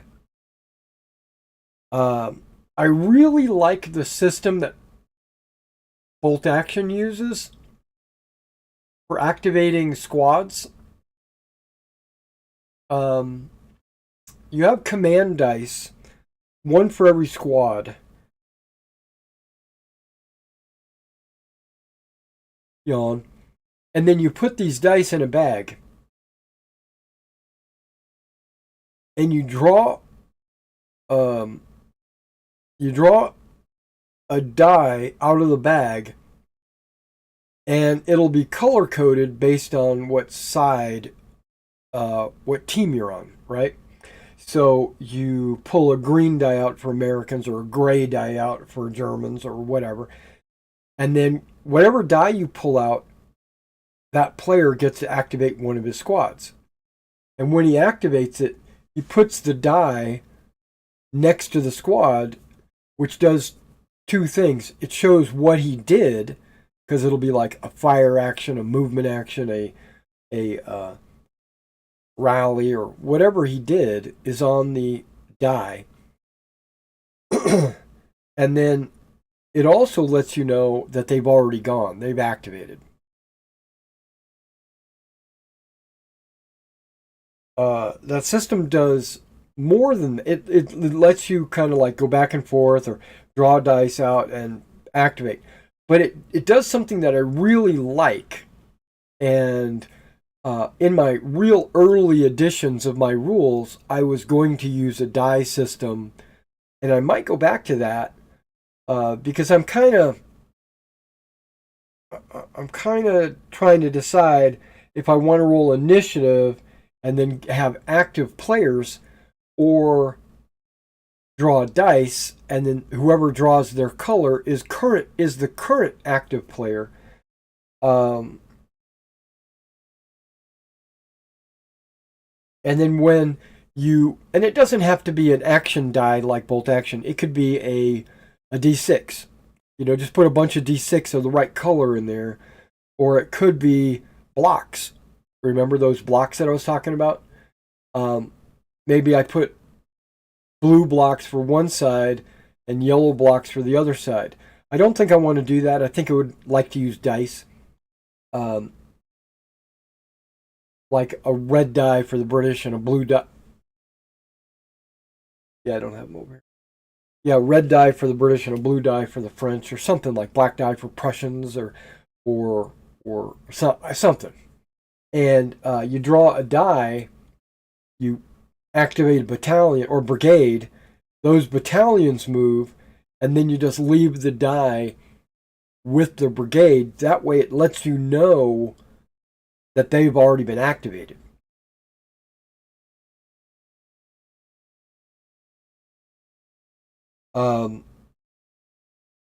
It also, not only does it let you keep track of which battalions have been activated, it randomizes who gets to go. So it's not you go, I go, you go, I go, right? It doesn't go back and forth. Even though you're rolling initiative to see who starts the process, and even though you're breaking up the you go, I go by brigade, it's still a you go, I go, you go, I go. And I don't want that. I don't like games that go you go, I go, you go, I go. And bolt action does it exceedingly well in that I might draw a blue die for the French. I activate a blue brigade, do its thing, and then we go back to the bag, we reach in, and oh, lo and behold, I draw a blue die. So now the French get to go again. And then I reach in, and lo and behold, it's yet another blue die. So then the French would have gotten 3 brigades to go, and then you reach in and you pull a red die out. Oh, okay, the British get to go. But and then once all the dice are pulled, then you put all the dice, it's the end of phase, you put all the dice back in the bag, and you start all over.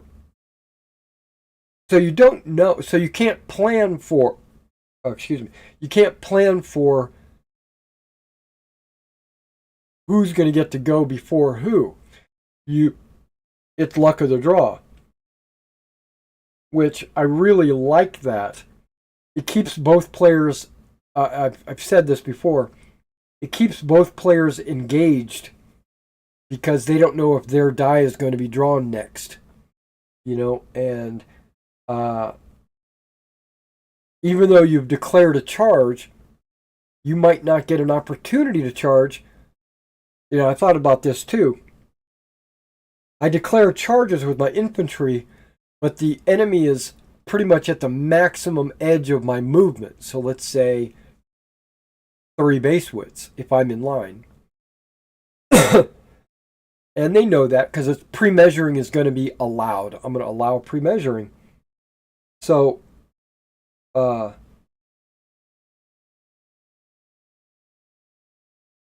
opponent draws a die, and he sees that he's got units that are going to be charged.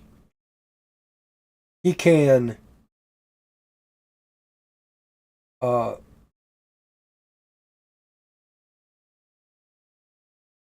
opt to fall back, right?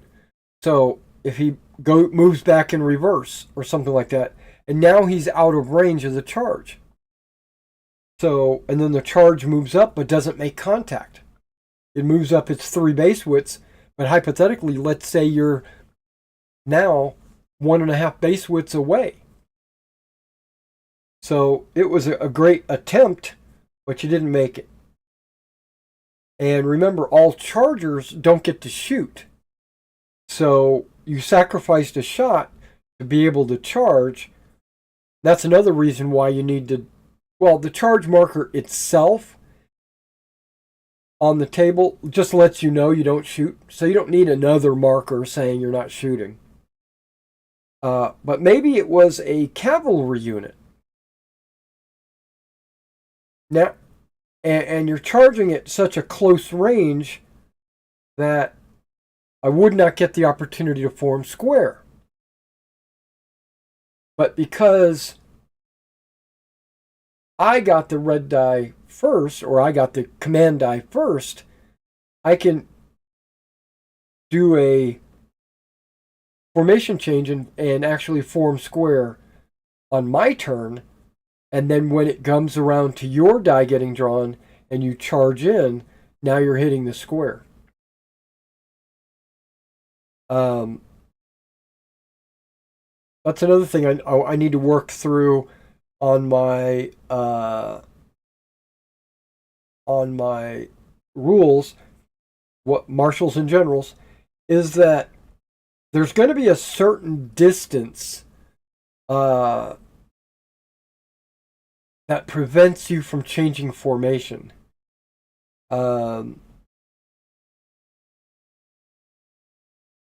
It's like it pins you. I want that to be... I think I want that to be musket range. Or charge range. Maybe it's charge range. If you're within charge range... But that's too far, right? Charge range is too far.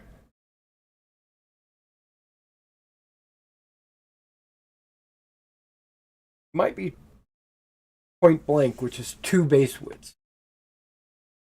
If you're ever within 2 base widths, you cannot change formation. So that actually lets a technique I used quite a bit in Napoleon's battles was I would move my infantry up with it in Napoleon's battles. It's 1 inch. But if you move your infantry up and you don't want to attack, you just want to move and get within 1 inch. Now your opponent is pinned, and then you charge with your cavalry. They cannot form square because they're within 1 inch of my infantry. And I can see that being a technique in my game too, because I actually liked that element. Because if you're a battalion, let's say you're in line, and this other battalion comes up within within the what do you call it? You can see the whites of their eyes. You're not going to want to form a square.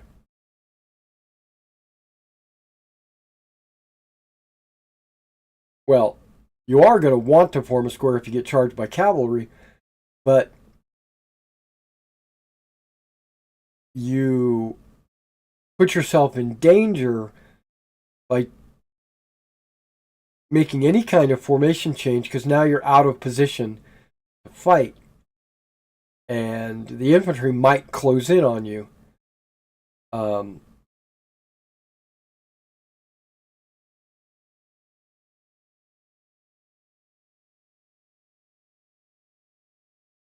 And one base width is too close.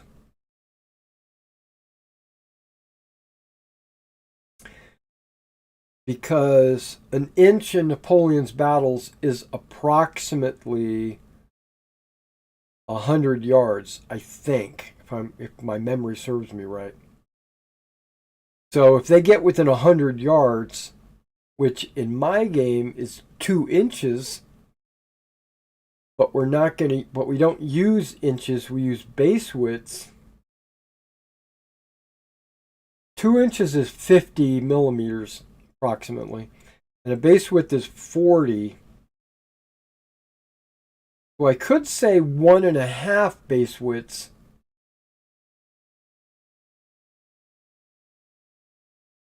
Or 60 millimeters. But I want to avoid half base widths whenever possible.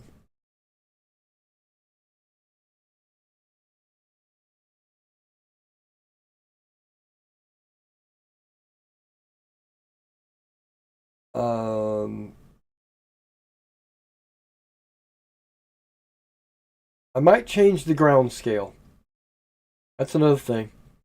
Because I'm getting away from inches, measuring everything in inches. I'm going to base widths. Instead of like 1 inch is 50 yards, I should say that one base width is 80 yards. No, wait, it's 1 yard for every 2 millimeters? Or is it 2 yards for every millimeter? Yeah, it's about 2 yards for every millimeter. So it'd be 80 yards for a base width. I think that's too far. I think it should be...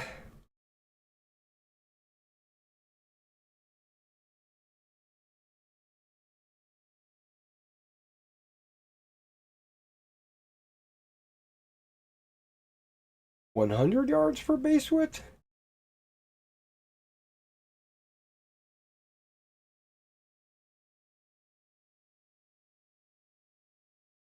$75 yards? Yeah, I'm going to work out the ground scale a little bit differently, which might adjust artillery ranges, but probably not. There's not going to be that big of a difference. Instead of it being 50 yards for a base width, like 50 yards per an inch, it's currently 80 yards, which also technically it's not, because based on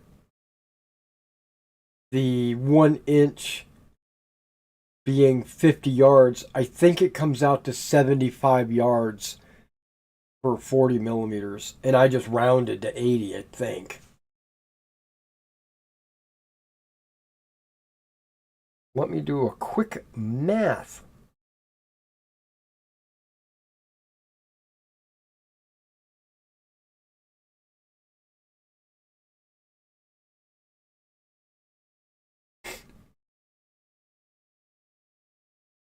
My mind is a little foggy right now. I'm a little dizzy, or maybe I'm coming down with something.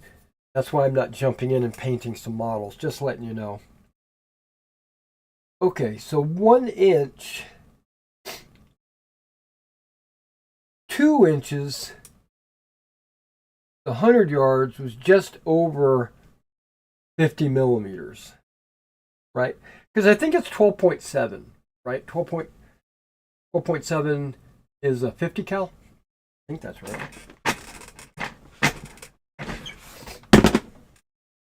Bitch. All right.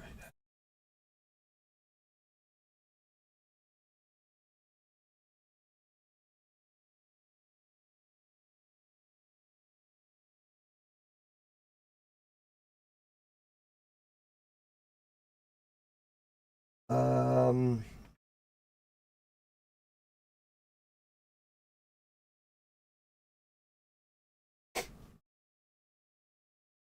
so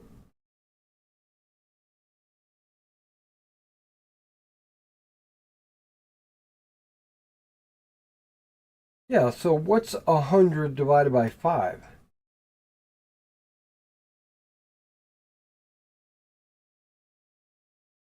20, right? Yeah, something like that. Why am I using that?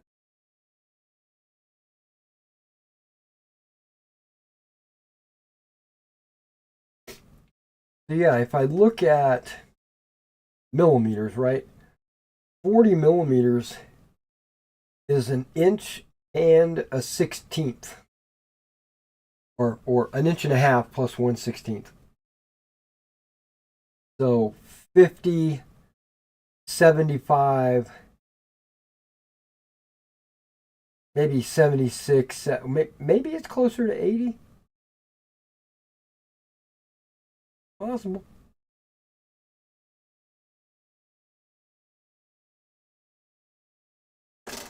But I don't know if I want to call a base width 80 because 80 seems like an odd number. It seems like a arbitrary number.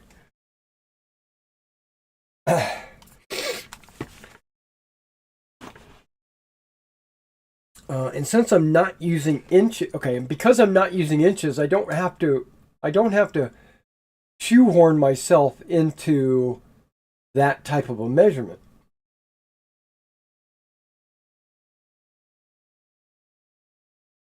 I could say instead of 80 millimeters,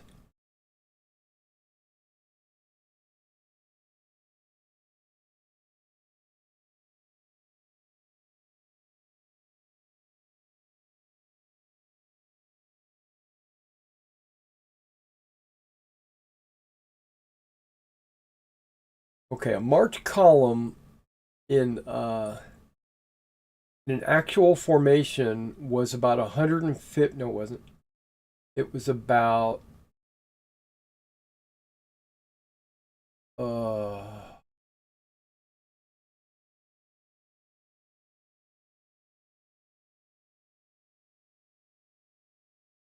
it was about 120 yards. I do believe a French March column was 120 yards. So if I'm using two bases, a base could be 60 yards. You know, I'm digging that. I think that's about right. 60. One base, 60 yards.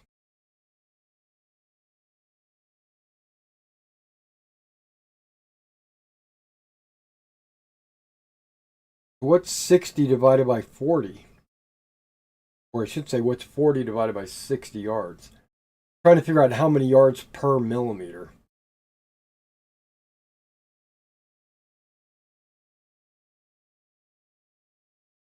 But 60 seems like an odd number too, so I might just go with 50 yards, but that's not big enough. Uh, a,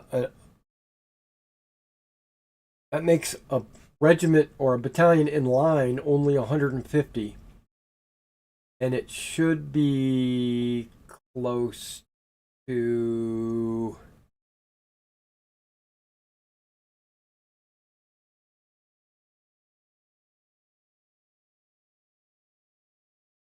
um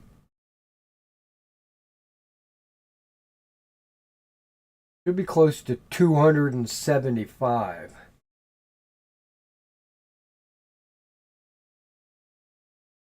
And if I went with 60, that would be...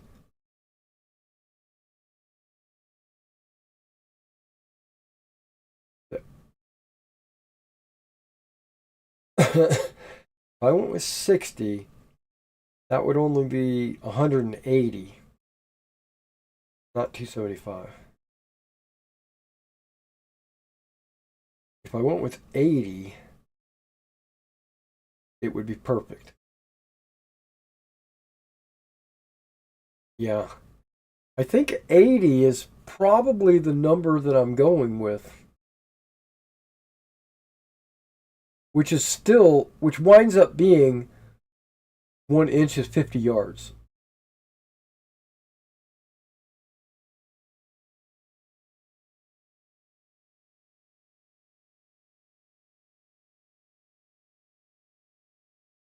Okay, well, that's what I'm going to do. I'm going to stick with 1 inch is 50 yards. A base is 80 yards wide by 40 yards deep. It's basically 40 times 2 is 80.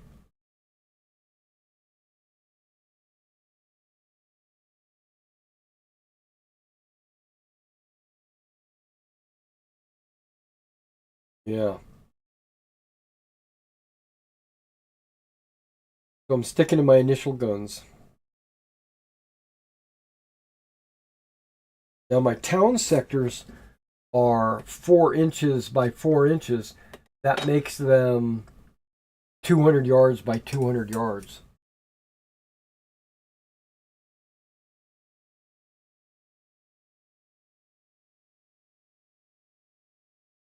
And I looked at Hougoumont. I was thinking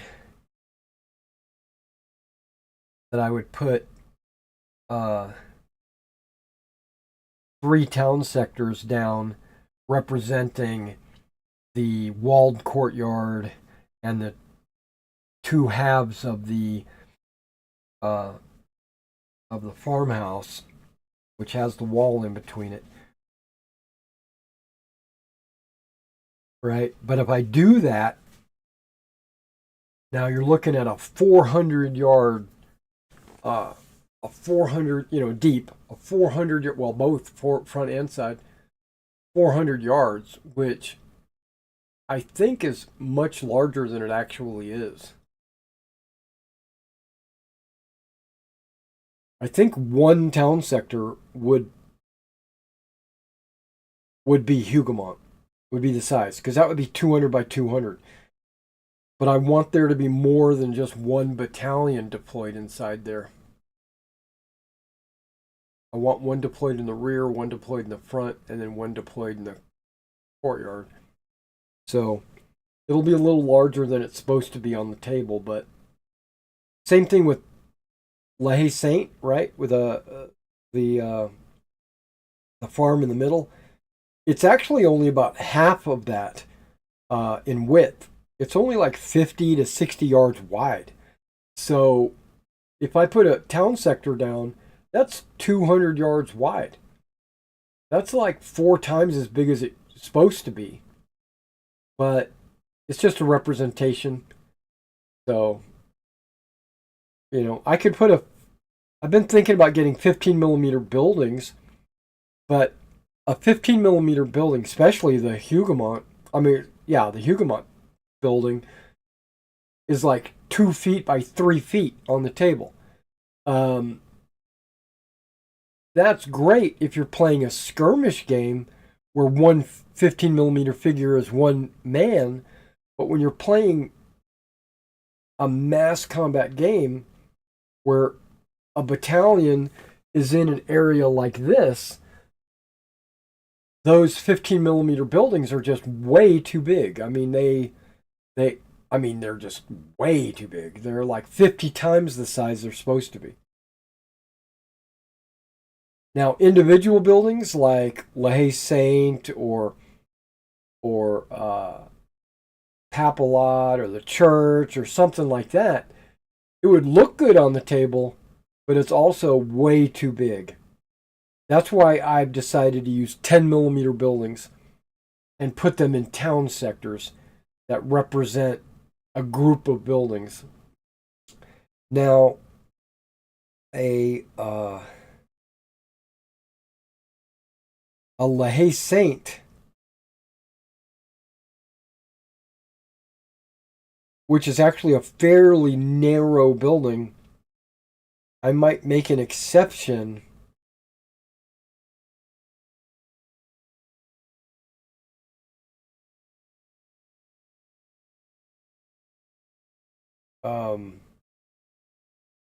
no, I'm not going to make an exception.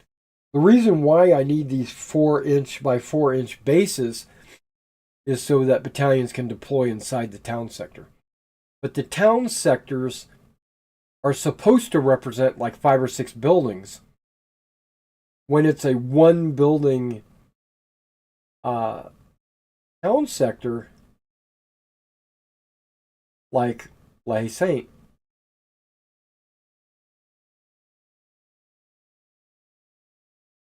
I don't know.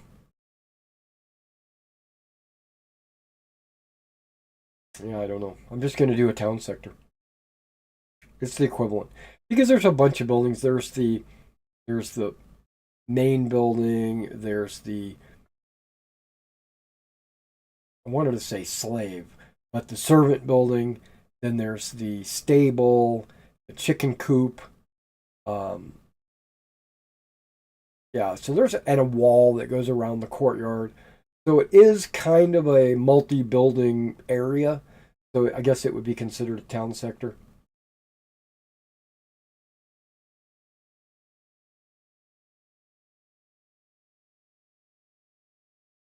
There's another farm, like in Quatre Bras. There's, I want to say Papalot, but that's not right. It's Gemian Court.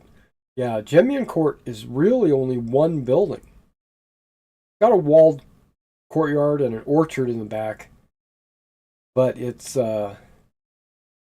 really only one building.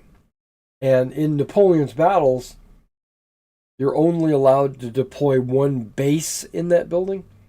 But in Napoleon's battles, one base is a battalion. So I don't know. I'm probably just going to mark it as a town sector because it's got a walled orchard and all that. And then, of course, Quatre Bras has got like 3 or 4 town sectors with the crossroads going through it. Yeah.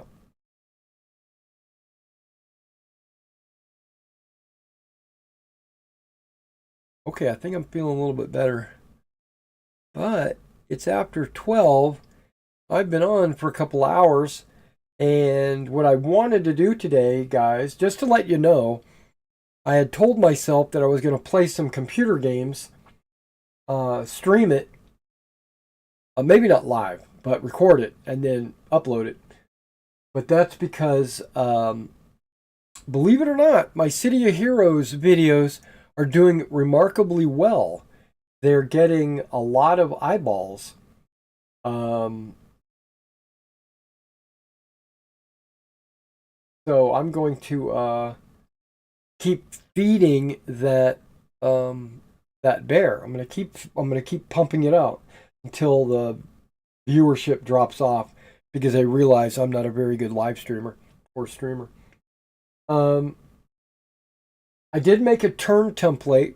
I don't know if I showed you guys, but I did make this is a prototype turn template for my wheel template. Or not a turn template, it's a wheel template for my game. It's 4 base widths wide. So if I had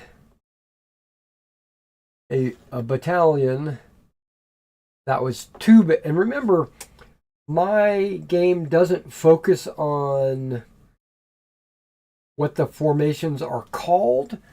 I don't care about line, I don't care about column or march column or any of that. What I care about is how wide your battalion is deployed in. So it is true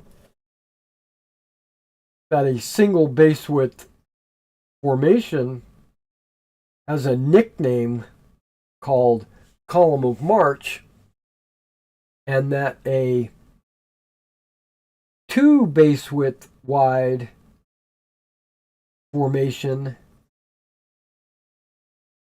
in a normal sized battalion, so you're talking about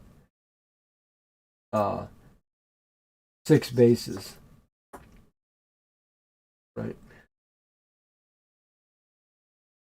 I would call that 2 base widths wide. That's all that I care about.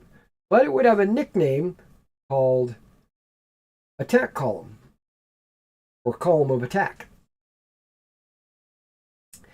And if you are 3, and this is also written into my rules, 3 or more base widths, then that's what you are. You are 3 or more base widths.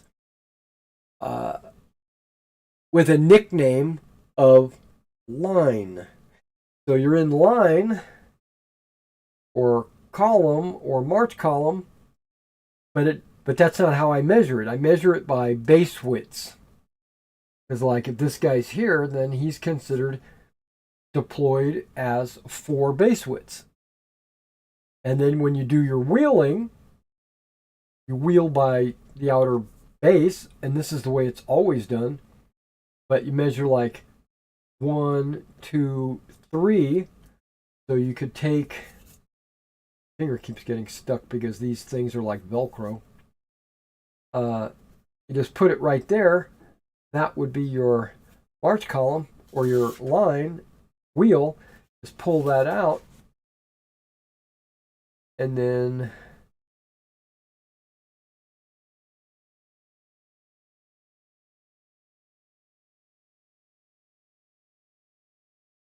make adjustments. And there's your wheel. If you are only 2 base widths, you have a different speed, right? So you actually move faster in two base widths, because I give 1 base width a certain speed because it's march column, and then I give 2 base widths a certain speed because it's attack column, and then I give 3 or more base widths the slow speed because they're basically in line. So a column moves 4 base widths per half move, where remember the line only moved 1.5 per half move. So this guy would technically have 8 base widths of movement, but let's say he doesn't want to use all 8 in the wheel. He could just use 1, 2, puts him right there.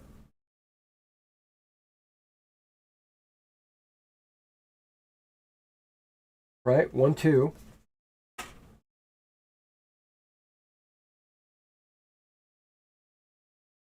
And then based on that, you just... Now he's not done. He still has 2 more base widths of movement. So then he can move forward in 2 base widths. Or he can move 1 and then wheel another 1 or something like that. So you can wheel any number of times in either direction, just as long as it stays within your movement speed. Right? Yeah, so the wheel template. Something I do want to show about the wheel template that I'm like really excited about learning this. So I'm going to share it with you guys. This is in 90 degrees, right? These lines. If I line this up, you can see that it's not 90 degrees. That is intentional. I did not, I don't mind however it worked out, but it worked out to be not 90 degrees. So when I took the outer circle and I measured, I went, 1, 2, 3, 4, 5, 6, thinking I was going to get all the way to 90 degrees, but it didn't. It actually cut off a little short. So that's where I stopped it. And then I measured the mid-range one, and it goes 1, 2, 3, right? So the mid and the long are exactly the same. I could draw a line between 1 and 2, and it became a straight line. Same thing here, 1 and 2. So it basically put it into thirds, right? Because 1 base width, 2 base width, 3 base widths, and this is 1, 2, 1, 2, 1, 2. And I found that is, or at least I think it's an anomaly. It's I wasn't planning on that. It just worked out that way. And I was like, with it being 40 millimeter in depth and the 40 millimeter in circle, it worked out. And then I continued to look, and I went to the number 3 line, which is halfway between these two, and I noticed it went 1.5, 1.5, 1.5, for a total of 4.5. So the 1.5 mark for a line formation is the same as the 1 and the 2, so 1.5. I was like, wow, really? The half marks actually work out really good. Same thing with the 1 base width. Each mark is a half base width. So 1 would be the line, or 1.5 would be the full. That's weird. Cool, but it's weird. The other lines don't actually work out because, like, the 2 here goes halfway between these two. It would match up with the 3 back here, right? But nothing else. This 1/2 would match up with the 1 right there, but nothing else. So I didn't do it. But these 2 lines match up with the 1/2, the 1, the 1.5, and the 2. And I'm like, wow, that's... And I wonder, I mean, I've got a little bit of off, a little off here, a little off there, a little off here. But I think that's because of my measuring, my...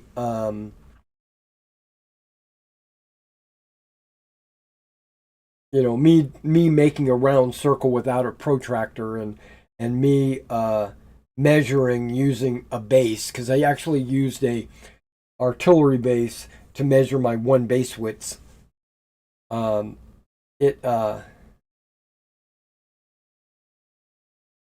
Actually, it was a limber base, not an artillery base, but yeah. Yeah, that's... I'm excited that it works out that way. So that way I probably need to make a couple more of these just for different people that play the game with me or whatever. I wonder if there's a way to make that on the computer and then print it out, right? Probably could.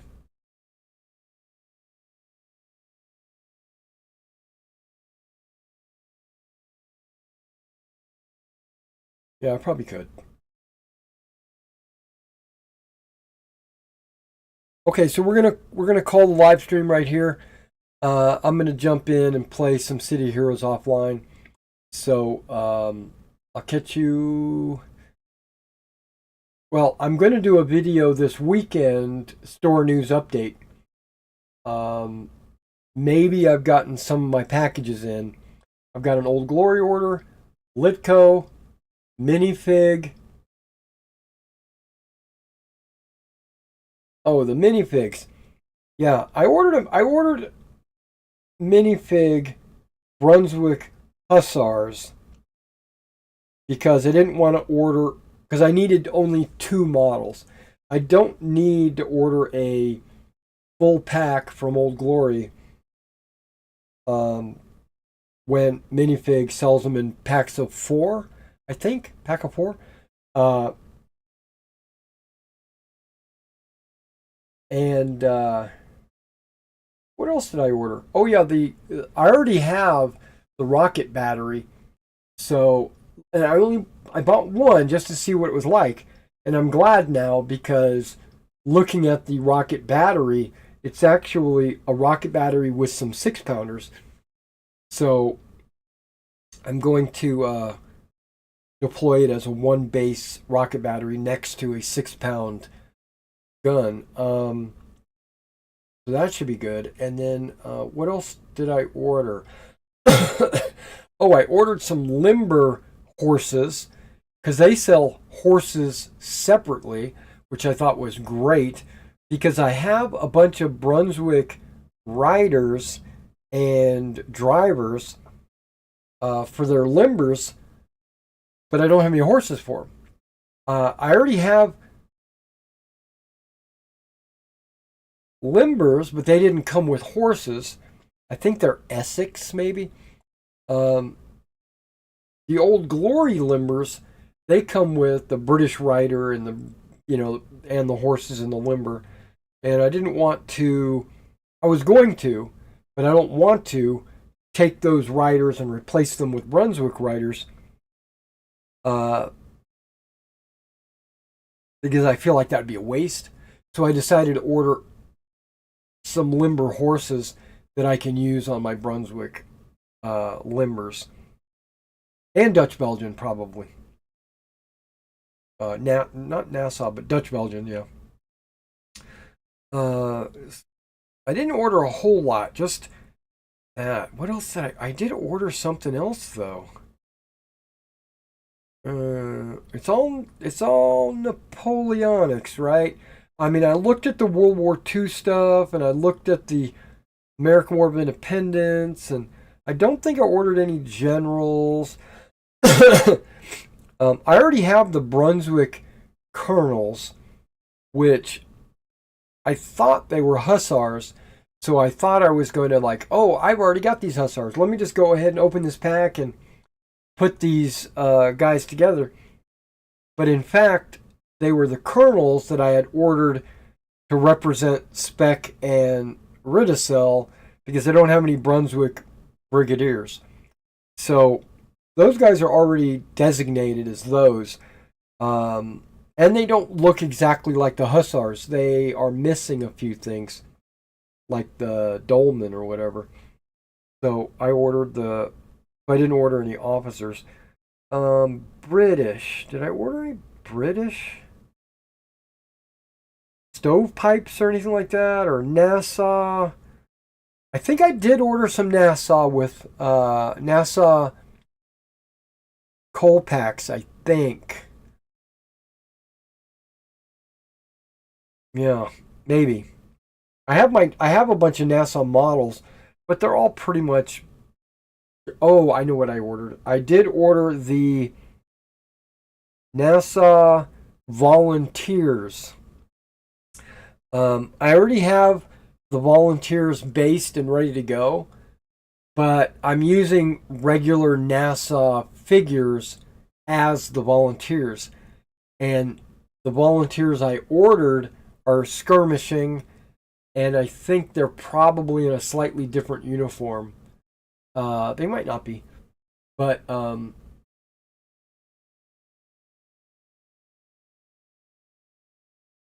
went ahead and ordered them because then that way it'll be official, and they'll be in the skirmish and not just standing there at port arms.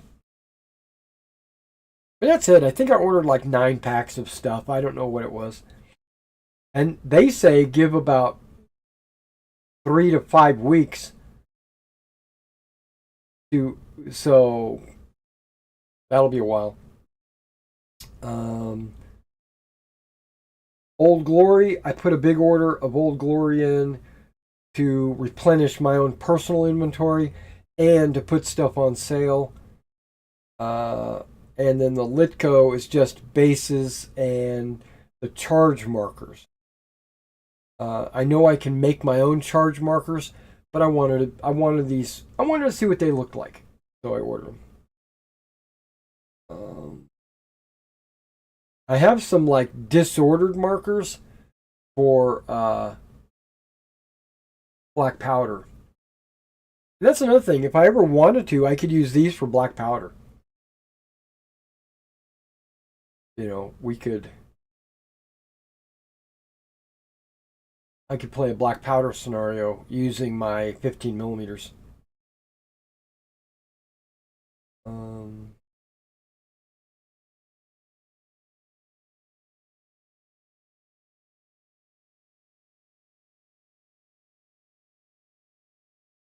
Yeah.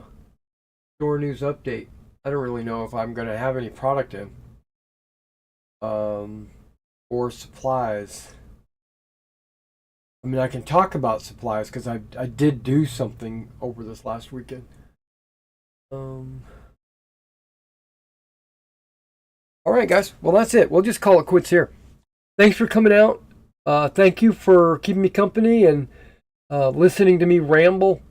Luckily, I've got these guys based. I need to still flock them, but I'm in no rush to flock rebased units. I just do that when I get a group of figures that need to be flocked. I'll just do it all at once.